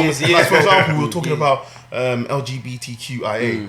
And I kind of went off on a rant. Make sure you got that right. They're going to be after you. I don't know. I didn't even say it. You know? Might get it wrong. Get it wrong. So I went on a bit of a rant because I kind of feel like they're pushing it down people's throats. You know, I kind of felt like why do they need to teach that specifically in schools? Why can't they just teach equality? It covers everything. You know. But and I think one of Eli's friends was like, that rant. What you say? What goes? What she said that. I understand where Kevin's going from. Was she American? Yeah, American. He went on a rant, but he didn't really go with the facts. You know, she's not a part of the LGBTQIA, but she was just like, sometimes when you go off on a rant, you have to be careful because you have to get your facts to back it up with the rants. Yeah, but my rant was an opinion, to be fair. No, it's an opinion, and that's the thing. But as a teacher, do you think that should be something that's taught by the schools or by parents? I said that should be taught by the parents, but however, you know, Carl's wife did make a very good point in saying that, did your mum sit down with you to talk about sex education? 100% not. This is it, you know? So it's these little things. This conversation could happen? If they don't talk about things like sex education, which happens in life, sex happens, childbirth happens, teenage pregnancy happens. How are we going to try and rely on our parents to have a conversation about LGBTQIA? You know, and no disrespect to my sister, I'm not bringing her out. I mean, she turns over the channel when, you know, two people are kissing. You know, whether not whether it's two gay people or two people in front of the kids. Oh, is it? Okay. My mum used to do that. Them ones, you know, you'd be a bit nervous to watch it when it's your mum's like, you know she's watching it, but you couldn't get down. Something scratched my leg. And you're like, them ones are like, and then you grab everyone gets your phone. You know them ones, and you know your mum's just there. Bro, I remember Monsters Ball. And I was watching. I had no idea there was a sex scene. Monsters Ball. Monsters Ball. What movie? Halle Berry one. Halle Berry was a team back then. Halle When that Berry came out, I went to see with my parents. Bullet Boy. And in the first scene, the guy comes out of jail. He goes straight to his missus. Bullet Boy, I should do it. Yeah. My parents sit right behind me. My dad's kicking the chair behind me. That just jammed. Let me enjoy the scene. Let me enjoy the scene. Yo, Ashidi. My G. Nah, but it's just, you know, it's interesting because I said in the podcast that there's a difference between teaching and raising awareness. You know, if you want to raise awareness, cool. Raise awareness about equality and you know tolerance. The tolerance and the type of language that we use that could be offensive, you know, like, oh, you gay, or you like they say it a lot in schools, like the kids, oh, that's so gay, man, oh, that's you're a batty boy and all of that, you know. These are all the language that you hear, and now you can't use it. So yes, you can raise awareness, but to teach and to teach is almost to instill something. Yeah, some people think it's indoctrination. Indoctrination, exactly. And we have to be careful. It's a grey area. Especially at that age. I think kids are extremely young and extremely they're trying to impressionable. teach it from. I think they're trying to start it in primary What's school. that word you said there? Impressionable. Yeah, very much so. I definitely. And I think tolerance is key. Tolerance should be everywhere. Like no one should be mistreating anyone regardless of. It's starting in primary school. Exactly. In primary schools, that's where they want to start. This is why I say equality. That means you teach them about race, religion, the LGBTQIA, everything. and so then that way you're not just boxing it into one thing because. But again, I don't even know how's it being taught in schools. Is it completely like separate? I'm not like, sure, lesson, I'm or not is it sure. or is it under like tolerance? This is one umbrella? thing I need to ask my citizenship colleague. Because that's what I don't know at the moment. So I don't really know how to have this discussion because I don't know what exactly the process is of me being taught in school. Like, are they going up, oh yeah, by the way, these are 2 guys having sex, these are 2 women having sex? This is what or we're is it a saying. case of, look, everyone, there's different people in this world, there's different people with sexual preferences, different people with skin color, different people with ideas and stuff, but you're meant to tolerate everyone as equal, regardless of what their beliefs or whatever it is. So I'm still trying to get my head around what is the process. That's it. So I was actually talking to my wife. I had a conversation with my wife about it actually, and the way that they might possibly teach it. And I think where we was going in the conversation that it might be like kind of more like the science behind these kind of things, whereas like, not relationships as it were, but just the science behind, like sex and. Still early doors though. I think it's early it's doors. early. It's very early. Even in all honesty, I think the frontal cortex of our mind, like the side that comes up with reasoning and stuff, it's not even developed till we're 25 plus. So I get a bit worried thinking, okay, how are we processing stuff at such a young age when we're not even developed properly? Exactly. You know what I mean? And Carl, It's you just- made a good point because you said at that age you weren't even. I wasn't even like when I was playing with David, I wasn't thinking, if he's gay or not. Yeah, You know what I mean? That was an yeah. issue to me. Do you know what I mean? He had a football. Yeah, I don't remember I ever wanted to play thinking that football, at that age, yeah. or he had a skipping rope. I wanted to skip. Do you know what I mean? Like I wasn't You're not concerned. thinking about he's gay or he's Yeah, I gender can't- fluid, and yeah. they're too young, Yeah, in my opinion. Nah, it's a tricky one, man. But we'll see how it pans out. Yeah. I'm still trying to get my head around it, so I need to we all are. study it I'm more. a teacher, and understand. I am as well. Man. Yeah, because I don't know at what age you can teach what to children. I don't know the psychological implications This of is anything. This you know is what I it. mean? And I don't know the difference, but as you said, there's difference between teaching and Raising awareness. and raising awareness. Yeah, awareness is great for the society that we live in because Absolutely. everyone's different. It's like a big, massive melting pot Yeah. of Yeah. different people. We need to find better ways of like treating each other and going about it more harmonious way without causing like damage. And it's, for instance, it's like this young girl Greta. I don't know if you've been following her. The Greta Thunberg or Ljungberg, the young Swedish girl who's fighting for. What's it called? Global warming. Basically. Yes, And She's like a major activist. Yes, people Yeah. started saying loads of negative stuff about her on social I media. don't know why. I've got a lot of. So okay, the message to me, for instance, is like having kids send kids to a message to other kids, especially when it's like a doomsday message, like, oh yeah, your world is about to end, you're all about to die. Yeah, it's dangerous because once again, kids are impressionable, and a lot of the message that this girl is sending out is that the world is gonna end tomorrow, basically. Like, you know what I mean? We've killed her future. It's a bit radical. It's very radical, and also. I feel a bit uncomfortable when you look at the background story of who the girl is and where she comes from. Like, she's got major history of depression. She said this out herself. She's got extreme OCD. So this is someone that doesn't even like dirt, let alone putting into a mindset that the world is dirty and is about to explode or implode on itself. And then also, like, she's gone through a lot. She's got like what disability does she have again? But she's got a major disability. So to me, number one, is putting her through all that emotional and anxiety and stress. Yeah, is scary because it comes across a bit child abuse. It's like the people behind it can't they see that she seems a bit distressed at times? Can't they see that she's extremely young and extremely impressionable? Can't they see that the doomsday message that she's posting out is having a major impression on all these kids?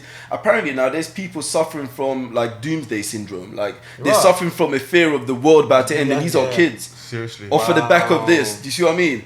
Like, whilst there's grown scientists out there that have done serious research, that know what's happening to the earth, that are potentially coming together as a collective to figure out best ways for us to like go through this phase and do better and help the environment. But then having a little kid out there pushing this message, I don't know if you saw her last speech. No. Where I think she delivered a speech in front of the UN and she was like in tears and she was telling them how like they're stolen her childhood and all of this stuff and she's not going to be here in 12 years time. I'm thinking, I get it, the message is nice and all, but you're telling a lot of privileged kids right now that their world is crumbling. You know what I mean? It's true. And it potentially might not be crumbling, It's true. or it potentially might be, but at the end of the day, you're scaring the crap out of these kids. So I find uncomfortable watching her, man, especially when you know the back end story. Oh wow, I didn't know that. I didn't. Nor know did that. I. She Nor said did herself, I. she has a TED talk. Check it out. Yeah, she tells you about her anxiety, her that. serious depression, and she's young. Yeah. So imagine a young girl that's going through all of that. She's full of doomsday and fear and anxiety, and this is what she's projecting out to the world and to these kids. So it's like, I don't know, man. I don't know if she should be the one representing it, but now she's in there. Mad. She's got 6 million followers on Insta, so Bro. yeah, doing a big thing, man. enough. These are all the things that I'm talking about that I've learned through the process of the podcast, how to like look behind things. And anytime someone speaks, I'm gonna go and fact check it, or not even fact check. I'm gonna get the information from both sides. Yes. You know what I mean? Yes. And Yes. Take it with a pinch of salt and then validate it yourself. and validating myself instead of just being like, oh, I like that guy's idea. And that's one thing I find in our community is like we take a lot of our political ideologies from like our celebrities and the people who we live through vicariously, and that's mad because I don't know what degree in politics that rapper's got. Or do you know what I mean? I don't know how much time this rapper spends researching when they're out popping champagne and getting lit. You know what I mean? So why am I supposed to listen to this rapper when he tells me to vote A or B? Like, what's your credentials, bro? Exactly. Do you know what I mean? And you got arms, Yeah. And if you check our social media, it's dangerous because if you look at like, especially within the black community, if you look at our social media, like a lot of our political ideas are in line with like our celebrities because we think that they're the aspiration. When there might be an aspiration to one element of things, but there's no aspiration to everything. Just because he's got money or he's got a chain doesn't mean he knows about politics or what's good for my community. Because that's what a lot of them are doing now. They're 100%. attaching themselves to the you know, big stars, big celebs, you know. Of mean, course. Barack Obama got Jay-Z on board. Jeremy Corbyn has got Stormzy on board. You know what I mean? So it's like, obviously, all these people have a following. And we got to be careful. You definitely. You got to be careful. Definitely. And that's why I like catching people, not catching people, but that's why I like having long haul conversations. Yeah. Like, I think I've been doing podcasts before I was doing podcasts, as in like having conversations with friends and stuff, because the truth, you can't, as I said before, you can never really hide from the truth when it's in like a long form, especially when you're dissecting and breaking something of importance. Like, nah, you can't hide. Nah. Do you know what I mean? I can't hide. My flaws will come out, and potentially you might know something that I said is wrong, and then you'll be like, nah, bro, I've got this information. And I'll be like, oh, it kind of makes a bit of sense there. Like, you know what I mean? And that's why conversation is great, and I think podcasts are really like taking off. And It's taking off, It's essential that we keep pushing out because there's various podcasts. You got music, you got entertainment, and then you got all the informative stuff that we're delivering a business, and long may that continue, man. Nah, it's good, man. It's good. So, what does the future hold for Let's Do Humans, man? I was gonna ask you lot the same. Got there first. These podcasts, You know what I mean? Come on. Got there first. So the podcast is going to be like an endless feature of what the brand is like, but I can see eventually delving into a bit more political, like eventually once I find my feet. So because that's where my passion and my love is, but it's not going to be like completely political as in like left and right. It's just going to be like ideas. Do you know what I mean? Like, and ways of us processing ideas that can make community, make people better. You know what I mean? And then also documentaries is one big thing for me. Yeah, that's another avenue that I'm speaking out into the universe. Now I've got some stuff in the pipeline, but documentary is definitely a big thing because I think outside of podcast, the closest thing that comes to podcasting is documentary. So do you know what I mean? It's basically what we're doing. We're documenting something through a conversation, but then if you put into the visual side, you bring more elements into it, it draws more views and more eyes onto whatever message you're trying to convey. So documentaries, and then I would like to do lives, but not lives as in like entertainment, like lives as in like problem solving lives. So we might have like a panel discussion trying to solve one particular area of an issue. I like that. I really that sounds very cool, So those are just some of the ideas in the pipeline for me. And then the rest, the sky's the limit, man. Like thousands upon thousands of episodes. I've started now, and I'm definitely not gonna stop because I enjoy it. How many episodes have you done now? 25. Oh wow. 25, yeah. But it should have been more. This is 25 in like a year. So if you do the math. Because you told me 20 a year ago, and I was like, you're right. He's probably done about 2,000. If I would have done it right, how many months, how many weeks is in a year? 52. I should have had 52 by now, ideally, but I've only got 24. That just shows you I've been slacking. Man. Do you know what I mean? I've been slacking. But listen, it's good though. You're back start on somewhere, innit? I'm back on it. And then obviously there was the gap when I first started where I released an episode in 3 months. I've only been consistent for the last 2-3 months. Wow. Okay. So I've only been consistent last 3. Before it was like months. I released one and then I'll just leave it, whatever. So definitely I'm gonna be more consistent this coming year and like towards the back end of this year, just every week. Yeah. Like constantly, like finding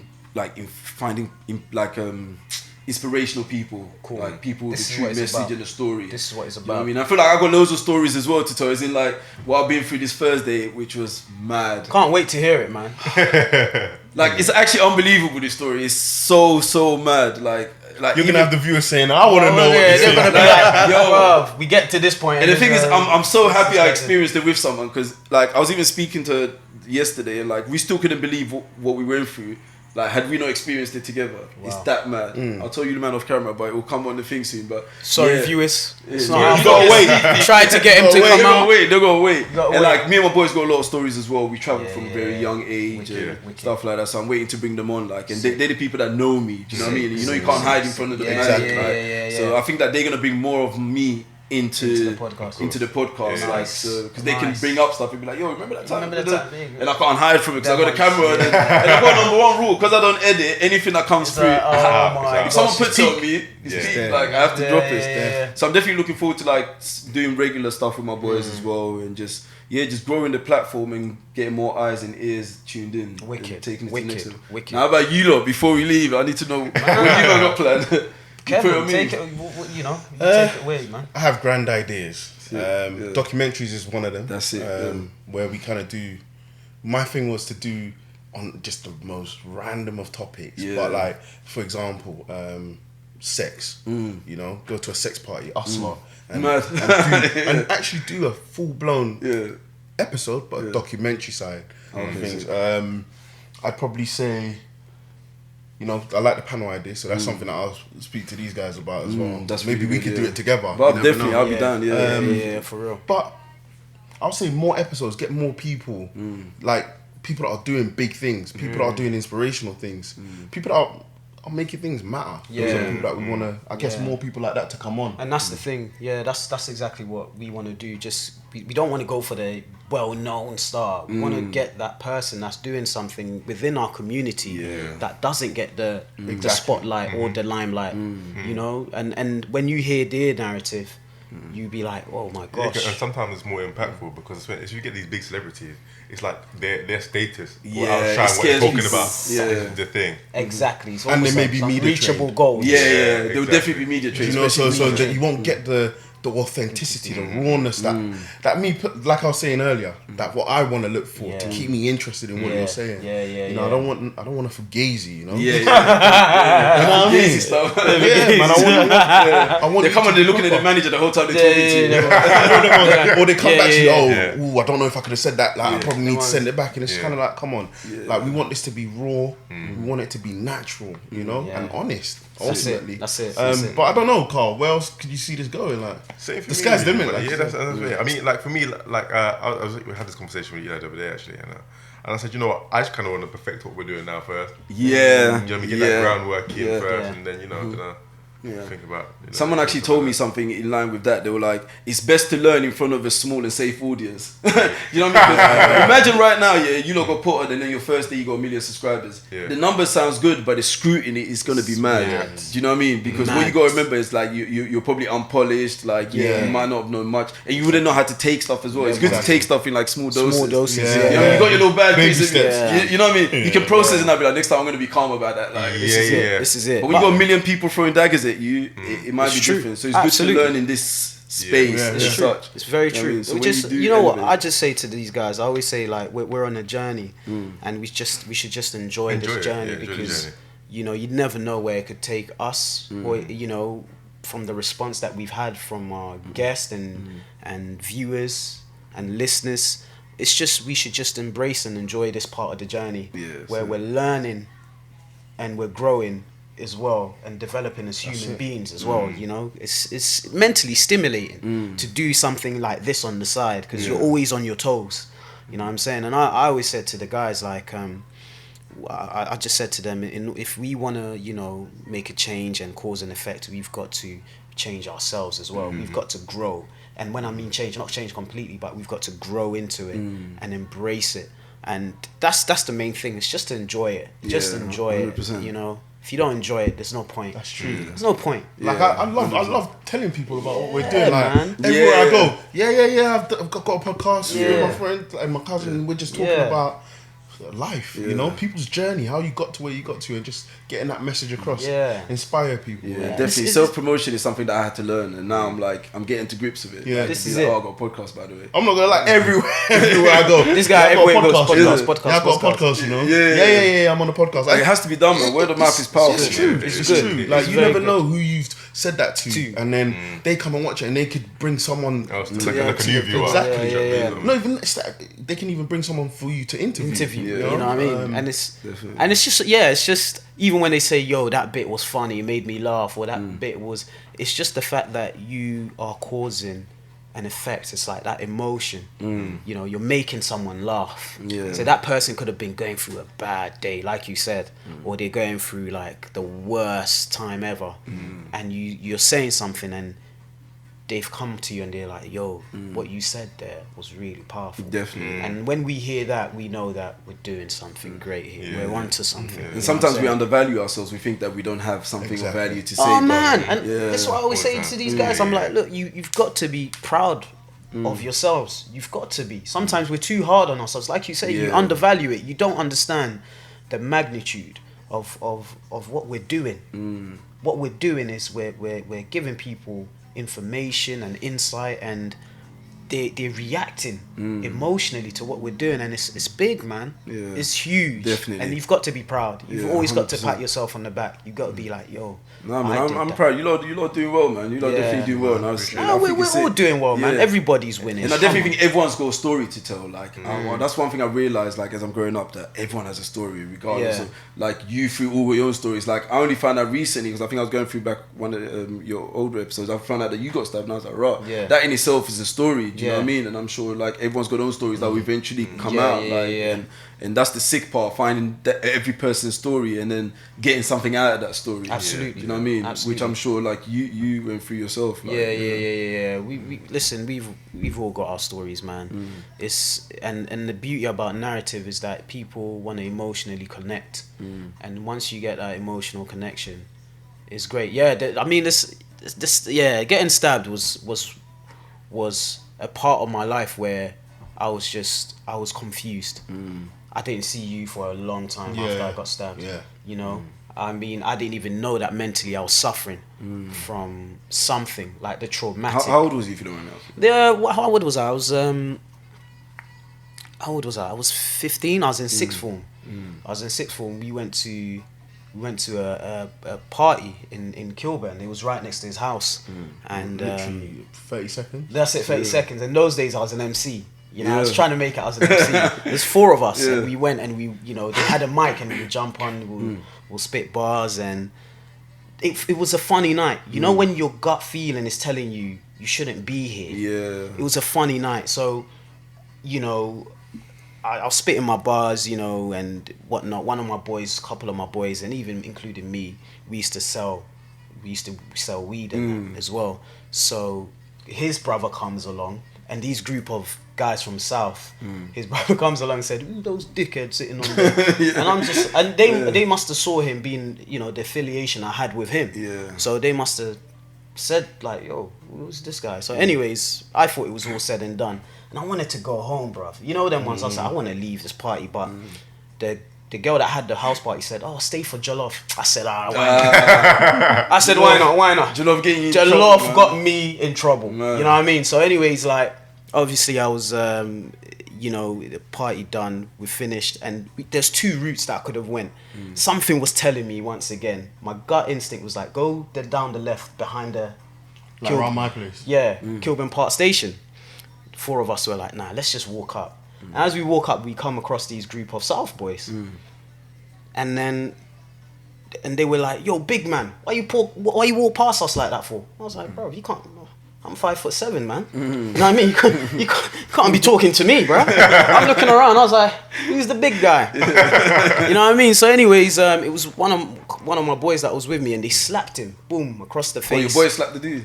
Nah. The guy slapped the you. guy, and it's always the little ones, bro.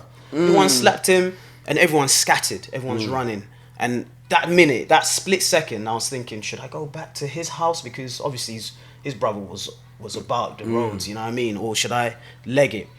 And as I'm legging it, I'm about to bust a corner.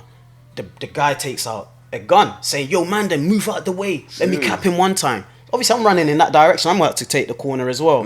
So obviously, I ran, jump on him, got the gun, threw it away. Oh, you jumped on the dude? Didn't Jump on the dude. Just to let you know, he was a kickboxer.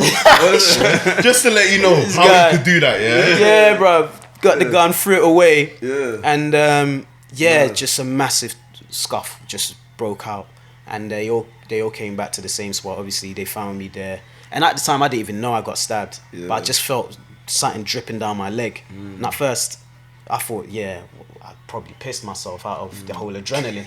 I was like, this is embarrassing. You know what I mean? I hope no one's going to see me. You know what I'm saying? Just go to the maddest beef. Maddest beef. You know what the ones I just pissed myself, bro. I was so shook. I was just shook. I was just pissed myself. But no, I was actually fighting. I was trying to fight them off. But what I didn't know at the time was that they stabbed me 3 times. Because of the adrenaline. Adrenaline, I didn't feel it. And you got to talk about the bus bit. then I'm getting so this guy, he loves the bus. So obviously, like, they were trying to drag me into the bus. Yeah. And those days I was doing mixed martial arts, just like yourself. Trying to drag me in the bus. They held my shirt, and I just went like that, snapped his arm, like literally broke his arm. I just pushed his elbow towards him and caught his hand, and then I just ran. And then and then I got hit. Just a little knock, got hit by a car, but it was a little knock. This all after you got stabbed? This all after I got stabbed. It was like one of the craziest 30 minutes I've ever been through. And then obviously the adrenaline started to wear off. And then as I was approaching McDonald's, I was just like, yo, I'm fucked. What's this pain? So I lifted up my top and I saw a blood vessel the size of my pinky, just dangling, moving from left to right. And I was like, oh my God. And then I just decided to, like, let me just collapse out here. And this woman was walking by with her son, and her son was like, "Oh, mom, look at that homeless man! Look at that homeless man!" I said, "Yo, my arms were all right at the time, you know what I mean? I had ashy foot and everything, and ashy legs. I didn't cream my legs and that, but my clothes were all right, man." And the woman was like, "Nah, he's not homeless. He's in desperate need of help." So they called the ambulance, and even till this day, I'm trying to find out who this woman is. Oh, for real? I swear to you, I think Through this we can find her. I think she's my guardian angel. Honestly, I think I would have died that night. Because I was, I always asked him, why didn't you just come back to the house? Come back to the house, because that's what I was thinking. At that time, I think I was like 12 or something. Yeah. Because again, I didn't see life for time. I found out he got stabbed from the interview. Yeah. He did an interview for BBC. And I didn't even BBC, know. We'll get onto that. So, anyways, Yeah, sorry, I dropped. yeah, that's cool. So, anyways, we got got in the ambulance, and the police kept on saying, "Yo, we're gonna call your mum." I said, "Oh my God, if my mum finds out, I'm definitely dead. I'm dead, man. Well, she's gonna send me back to Ghana. Don't call my mum." And eventually, I think my friend gave the policeman the number. And apparently what my mum did was, when they told my mum that I had been stabbed, goes, "Oh, he's such a good boy. Look at all these medals he won. He's not a criminal, I promise." So she thought that I was actually involved. Oh, that they're going to arrest you. They were going to arrest me. So anyways, we got to the hospital now, and they're like, "Look, we don't know if the knife has actually penetrated your bladder. We're going to have to stick a tube down your penis, a catheter." And they're like, "Who do you want to do it? We can get a male nurse." And I was just like, "Give me a fine thing." Yeah. I said, "Man, I said, right now I can't get it up." You know what I mean? I said, "Give me a second. Let me try raise it so that I can get a woman in. Because if they see this, they're not gonna be impressed." You know what I mean? So, anyways, man, they got a female nurse in the end, and then man, they did the operation. I didn't want to go to sleep. I was scared that it was at that particular moment where I thought I'm going to die, because they're like, "Look, close your eyes," and I'm like, no. So they put me under anesthetic and they stitched me up, and luckily for me, they said that the knife was an inch away from my bladder. An inch. That's a blessing. And man, so my mum eventually came to the hospital. Oh my God. Eli's mum's the best. Bro, she was going off on one. "Oh my God, how many times I told you not to go outside at that time when you hang around with these boys?" And at that time the nurse was like, "Look, if you're in any pain, just press this button." And you're like, morphine. Yeah, just press it once. I said, okay. So she was going on and going on. Oh, why didn't you? I was just like, you know what I mean? I was just like, trying to get rid of them ones. I tried. Even then, in my dreams, I could still hear her. You know what I mean? But that's what happened, and at that moment, I was just thinking, you know, all those sacrifices my sister made for me, my mum, you know what, just to die outside of McDonald's. Yeah. You know, and this is what these young boys need to understand, that this knife crime thing is, you're taking away someone's life, and someone's your own life son. in the same process. You know, you're ending your own life as well. That's someone's son. You know, sister to someone, brother. You know, it's deeper than that. Man. It's senseless. You know what I'm saying? And at the time, you know, I was contemplating. You know, I think Carl, you asked me this. Did you want to get revenge? I did. I was angry. You know what I mean? Like the world, the world where I saw as safe and beautiful was tainted now, isn't it? Tainted, and I was fearful of that world. You know what I'm saying? And I was carrying a knife myself after that incident. I didn't feel safe. Like I was just going out, and I was just like, yeah, man. And that's the dangers as well, because a lot of kids say that they carry knives for their own protection, but what they don't understand is that in you carrying it for your own protection, you're going to be very likely to use it or have it used against you in a situation which doesn't even require a knife anyway. Do you know what I mean? But the sad part about knife crime and stuff is like I'm trying to get my head around the whole process, as in like what happened for us to reach this stage. Do you see what I mean? And like, what are the factors that lead to like poverty within a community, that leads to people wanting to commit like horrific crimes against each other, especially at such a young age? Some of these kids stabbing each other are babies, young, like 13, 14, 13, 12. Scary. It's you know scary. what I mean? It's sad, man. And it's sad. And I think the more I look into it, the more I'm starting to veer to the fact that they're coming from broken homes. Like we're coming from broken homes where we don't have guidance and certain moral backings protecting us. Like for instance, like if you don't have your father around you, there's certain things as a man that you're not gonna have. Absolutely. Do you know what I mean? That you're gonna be missing, and you're gonna be out there in the world searching for. Yeah. And then this dude on your block is gonna start acting like your dad, and you're gonna think, oh, this is the feeling I always wanted. I belong here. Do you know what I mean? I feel protected. I feel covered. belong Really with this and truly, that feeling is meant to come from your dad and nobody else but your dad. Yeah. And then also, one thing I realized about communities and community protection is that the more fathers and mothers there are in the home, the more protection is for the kids within the community. Because what happens is that now, instead of us policing ourselves and communitying ourselves, like we got elders that we look up to who are ideally doing something of value and doing something of purpose. So how is an older gonna come and send you country when your dad is around? This is the They're thing. gonna be shook to send you country. Do you see what I mean? Like, cause growing up, a lot of the guys in my block, like some of the guys got sent out there by some of the oldest to like shot and stuff like that. But when they know you got a dad in the house who is not gonna allow you to disappear for weeks on end, they're not gonna come and send me. They're not be like, oh, Francis, it's hard to get him out to country because his dad needs him to come church with him on Sunday, or his dad is gonna wonder where he is, or both of the parents are at home. It's not just the mum who's working like 2-3 jobs trying to feed you. And I realized that community cohesion, it requires like a family unit in order for it to make it work properly and be safe.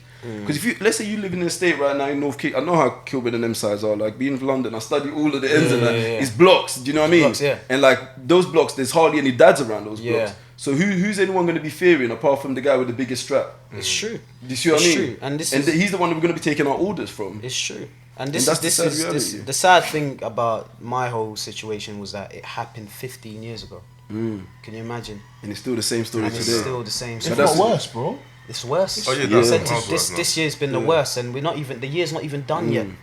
And that's when we were growing up. Like, I mean, I'm in my 30s now, so like it weren't even Rambos. It was like now the knives are like I saw one machetes, bro. Little swords and that. I saw that Ty Logan, brother. He bought out a shank that looked like them Zampak from Bleach, bro. Like, you know them ones, Gonna give you powers, powers, look like them anime ones, What do they call the thing that you tap into with your Zampak toe? The power of the Zampak toe, blood. Chakra or something. Yeah, bro. Like, it makes it bigger. It's now they turn into some ultra powerful. Them thing there getting dangerous. You know what? It's crazy. You know what? I was watching Dave. So Dave got the Mercury, I think. Oh yeah. And he thanked his brother, right? And there was a big uproar from. Oh yeah, I saw that in the news. Yeah, so there was a big uproar because his brother actually was involved in the killing of this 15-year-old. Yeah. And so I thought, okay, let me go back and research this, innit? Turns out not even going deep into the story, but there were one thing that stood out to me was they were saying one of the guys had a machete chasing a 15-year-old boy because of the school he went to, and I was thinking, what? And then just reading so much into the story, like the girl masterminding it because she bought the knives. You understand? But where are you getting away with getting a knife? What are you gonna do? Like to kill I want to someone. know what goes through a person's mind when you've got something that a knife, a big ass machete to go and penetrate someone. Like to take that person's life. And then if you watch the video, the CCTV is nasty because they even kick him as he's laying dying. Seriously. You know what I'm saying? Like the girl actually runs past and kicks him, and then she says in court, oh, she was kicking him to see if he was still alive. They goes, the way you kicked him, you weren't. What do you mean? But that's probably something that the lawyers at that age, what is going through your head? Where's your sensitivity gone? I couldn't go and stab someone and be okay with that. You understand? Back in the day, you beef someone and you think, you're fighting. You go home with a bruise, you're alright. Done. But it's like when people carry a knife, it's like they have no fear for the consequences. nothing. They don't care that they're taking the life. Exactly. They don't care that they could be put in jail. But then for life. where does that fear comes from? That morality of fear, like, because when you like how would you answer that? Like, where would that sense? So I was speaking to one of the boys that I grew up with. Innocent guy when we were growing up. He always wanted to play football with us lot. Like he was 3 years younger than us. And I started to hear stories that he's involved. And I saw him one day, I was like, why did you do that? Like, he goes, you start acting away, you pretend. And then the more you pretend, you start believing it. Yeah. So he actually told me a story of stabbing a guy 12 times, trying to kill him. Serious. The guy didn't die, but I asked him, I said, wait, you actually stabbed him 12 times and you were on top of him looking at him? He goes, yeah. Nice. I said, and you're okay? Like, you're alright? Like, he goes, I wanted to kill him. Like, because, like, the only thing he was scared of was not, can I get to sleep at night? I'll be fine. I just don't want to go to prison. That's his only thought. I don't want to go to prison.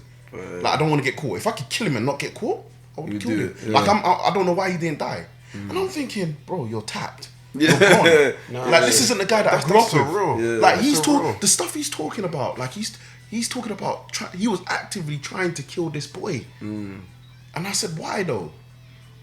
Oh, because he's a rival gang. It's mad. It's mad. But I said, that's someone's son. I know. Brother. Like, Someone that probably even looks like him. This is it. This is it. And this is what and Carl did say this. Carl Poupe, big up Carl Poupe. He did say that we live in a generation, in an era where it pays off to be a criminal. Gives you more pay than having a normal job. Because kids are smarter now. So they're like, look, why do I need to go uni, do all these things, get a degree, and to be all in debt when I'm shotting and I'm making shitloads of money from shooting? Yeah, but you see, you're saying that, but shotting, I get it, cool. You know, you're providing drugs. You know, there's a load of transferable skills in that. Not saying it's a good thing, but you know, you learn business, you learn maths, you learn to do a lot of things on your own. But it's the knife situation. The knife. And I just don't want that comes with the territory. That's where it comes down to territory. Because when you're in that type of business, you're always surrounded by people that want your territory, and then it comes with defending the territory. But then I've got an issue with the kids saying that it's better than working a 9 to 5, because what tends to happen is that there's actually not a lot of big time shotters. Like in every end, there's a couple people that are actually making money. The rest are still on their bikes in their dead tracksuit. And then the funny thing that you tend to find is that the kid who's probably working in JD in the ends looks more flashier than most of the average shotters. Do you see what I mean? That's what you tend to find. He's got secure income coming in. And I think that one thing that I'm trying to push with a lot of young people that I speak to is that whole laziness of wanting to get into shotting instead of getting a job because it doesn't look cool. Because what the issue is that they assume that there's no other opportunities for them to grow and develop. They don't understand like delayed gratification. It's like, okay, you have to start working here first in order to get to this stage. You need to understand it.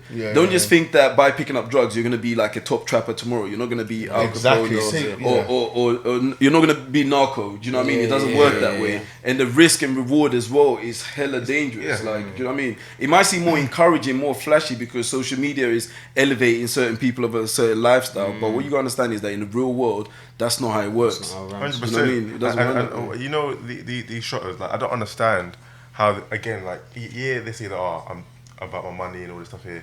Like, what can you do with that money? Because that 9 to 5 has bought me my house. I can tell you what they buy me. They ain't buying a house, that's for sure. Listen, there's many ways to flip that money. No, you got to launder it. You got to launder it. Listen, but that's the process. people, they buy cars. Those are the big dogs. People will go and buy a car, sell that car. Doesn't matter if they make a small loss. But that's essentially how they do it. They go and buy. But you see, they'll go and buy small things, trainers, sell the trainers online. Do you know what I'm saying? Like they find a way to get money into their bank account without actually having that cash. But those again are the big timers, not these guys out there in the push bike. Yeah, that's the thing.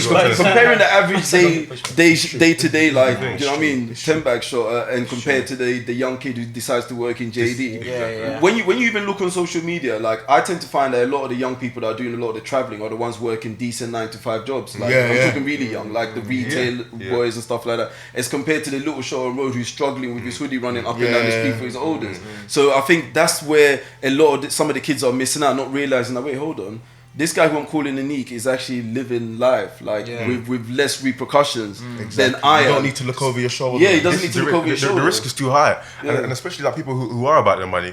Why would you do something that will risk you going to jail and be in a position where you can't earn money? Do you know what I mean? But that's the thing, because sometimes the community also rewards people for getting punished. It's like, yo, you're out of pen. We're gonna pop my guy fresh home. Fresh home. Like, free Mike. Mike shot 2 guys yesterday and killed them. Free what do you mean free what? I gotta walk outside, you know. He's a menace to society. It's some of the things that we reward and some of the things that we consider cool. Because I was speaking to a youth worker actually on my podcast, and he was like, even in our community, things like speaking to police and our relationship with them is weird, because even when you're legit, you still got those rules that we play by. Do you see what I mean? Like, I'll feel away right now, and it's sad to say this, but I'll feel away right now if I was even just to talk to feds outside of my house about something like, about my car or whatever, and someone from my old ends drive past and see me, I'll still feel funny about that. Do you see what I mean? And that's some of the traumatic things and some of the things in our mindset and the way that we think and view things that needs to be changed and reprogrammed, because it's not the right mentality to have. Do you see what I mean? Because we're assuming that police are my biggest ops, when really and truly nice, the dudes that's trying to stab you for no reason. That's your biggest ops. Like, these are not really your ops. And that mindset of fear of us communicating with the police and the community and so forth is crippling us. Because I watch a lot of talks recently about, I mean, I think even Akala and loads of other black representatives of the UK speaking to like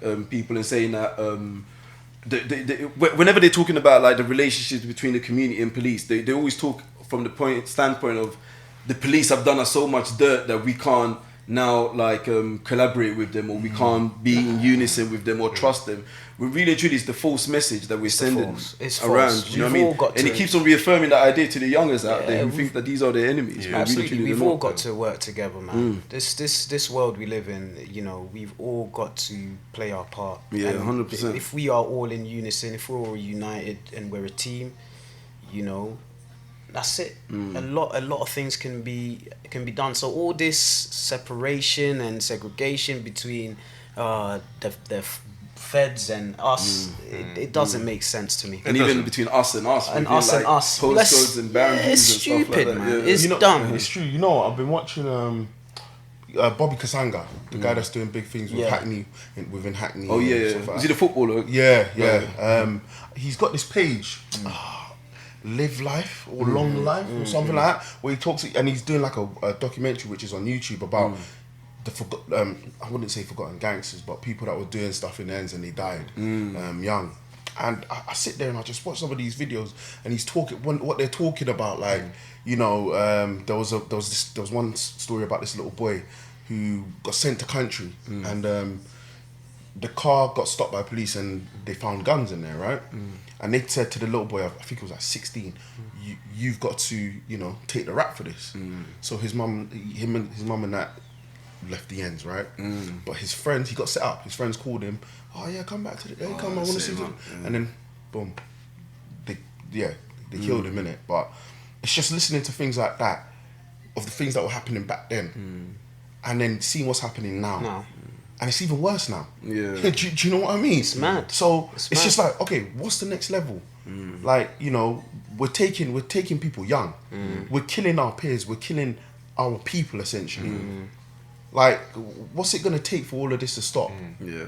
or is it ever gonna stop This until is it. it's poverty in the communities, like you said? Is it gonna Keep what are they gonna do to Yeah. help Yeah. the situation? I think poverty is always something that I feel is always going to be there. Like poverty, It'll always be there, there's always going to be sick people. There's always going to be ill people. There's always going to be like poor people. There's always going to be rich people. Yeah. I think one of the things that we need to do is to be honest with ourselves, because I've had conversations with people on camera and then off camera, and I realized that the ideas off camera it kind of is different to their ideas on camera. It's because they feel like if they're honest about stuff that happens within our community and stuff that we know is really going on, we'll get scrutinized for it, and it's almost as if, oh, we can't be found out. We don't want to take accountability publicly. And that's dangerous, because the thing is, if we don't take accountability publicly and get it dealt with as a health issue publicly within the community, we're never really going to get anything resolved, because whenever we go in front of cameras, we always seem to be selling a different narrative. It's like, oh yeah, we need you guys to build more youth centers, we need you guys to pump more money into the ends, yeah, we need you guys to do this, you do that. Right now, if you build a youth center in every end, more people are going to get shot than before, because what you're doing is you're telling everyone's ops where they're going to be hanging around. And then, you know what I mean, you haven't solved the issue, which is deep embedded in us in terms of deep rooted from the home. Like, yo, what is everyone's home looking like? Do you know what I mean? What's the accountability? Who's the head? Who's in charge of this home? Who's in charge of raising these kids? Who's in charge of like instilling values and morals into these kids? That is where it begins. And then when the homes are together, it creates a more harmonious economic system, because that is the biggest issue. Because if you're at home and your mom is just by herself and she's struggling big time, she can't even buy you the freshest pair of crepes and that, and then your boy is telling you, yo, how comes you ain't got these, fam? Like, you know what I mean? You're poor and you're broke, you're this or that. That it ricochets, and now it's starting a whole nother issue. But then you're telling the government to build more youth centers when really truly your home is broken. So we need to be honest with ourselves and see what's happening within our homes in the community before we go out there public and be like, oh yeah, build more youth centers, do this, do that. What are we doing at home to solidify that? Top Boy. I've been watching the new season of Top Boy, and it brought up it highlighted something for me of how a kid can get drawn into the gangs, right? So without going into too much of it, this boy's mother can't work anymore because immigration have got involved, right? So he's noticing that, you know, there's no money, or you know, his mum's suffering because of no money. So what does he think he needs to do as a boy that's 11 years old? You know what? Yeah, listen, I'll hold the bag for you, man. I want a shot. I want to do this, and that's what happens, and that's how that's essentially what happens to kids and them getting into gangs. Yeah, 100%. It highlighted that. It highlighted that so well for me, because you saw the you know, the drug dealers trying to recruit, right? Speaking to a lot of kids, like, hey, come, you want a shot? They're like, nah, man, nah. They're like, oh, hold this for me, nah. They're like, nah. But then the one that actually did start shotting is the one that had the problems at home, like you were saying. The one that was actually in poverty, because they were gonna evict him from his house because his mum couldn't pay the bills. So if my mum can't work or pay the bills, and there's no other support here, what can I do? Because I don't want to see my mum like that, and also I don't want to be poor. Yeah, and you're not old enough to get a proper job at the time. Exactly. So what's the easiest and quickest job to get into? And who do you see with a lot of money in the end?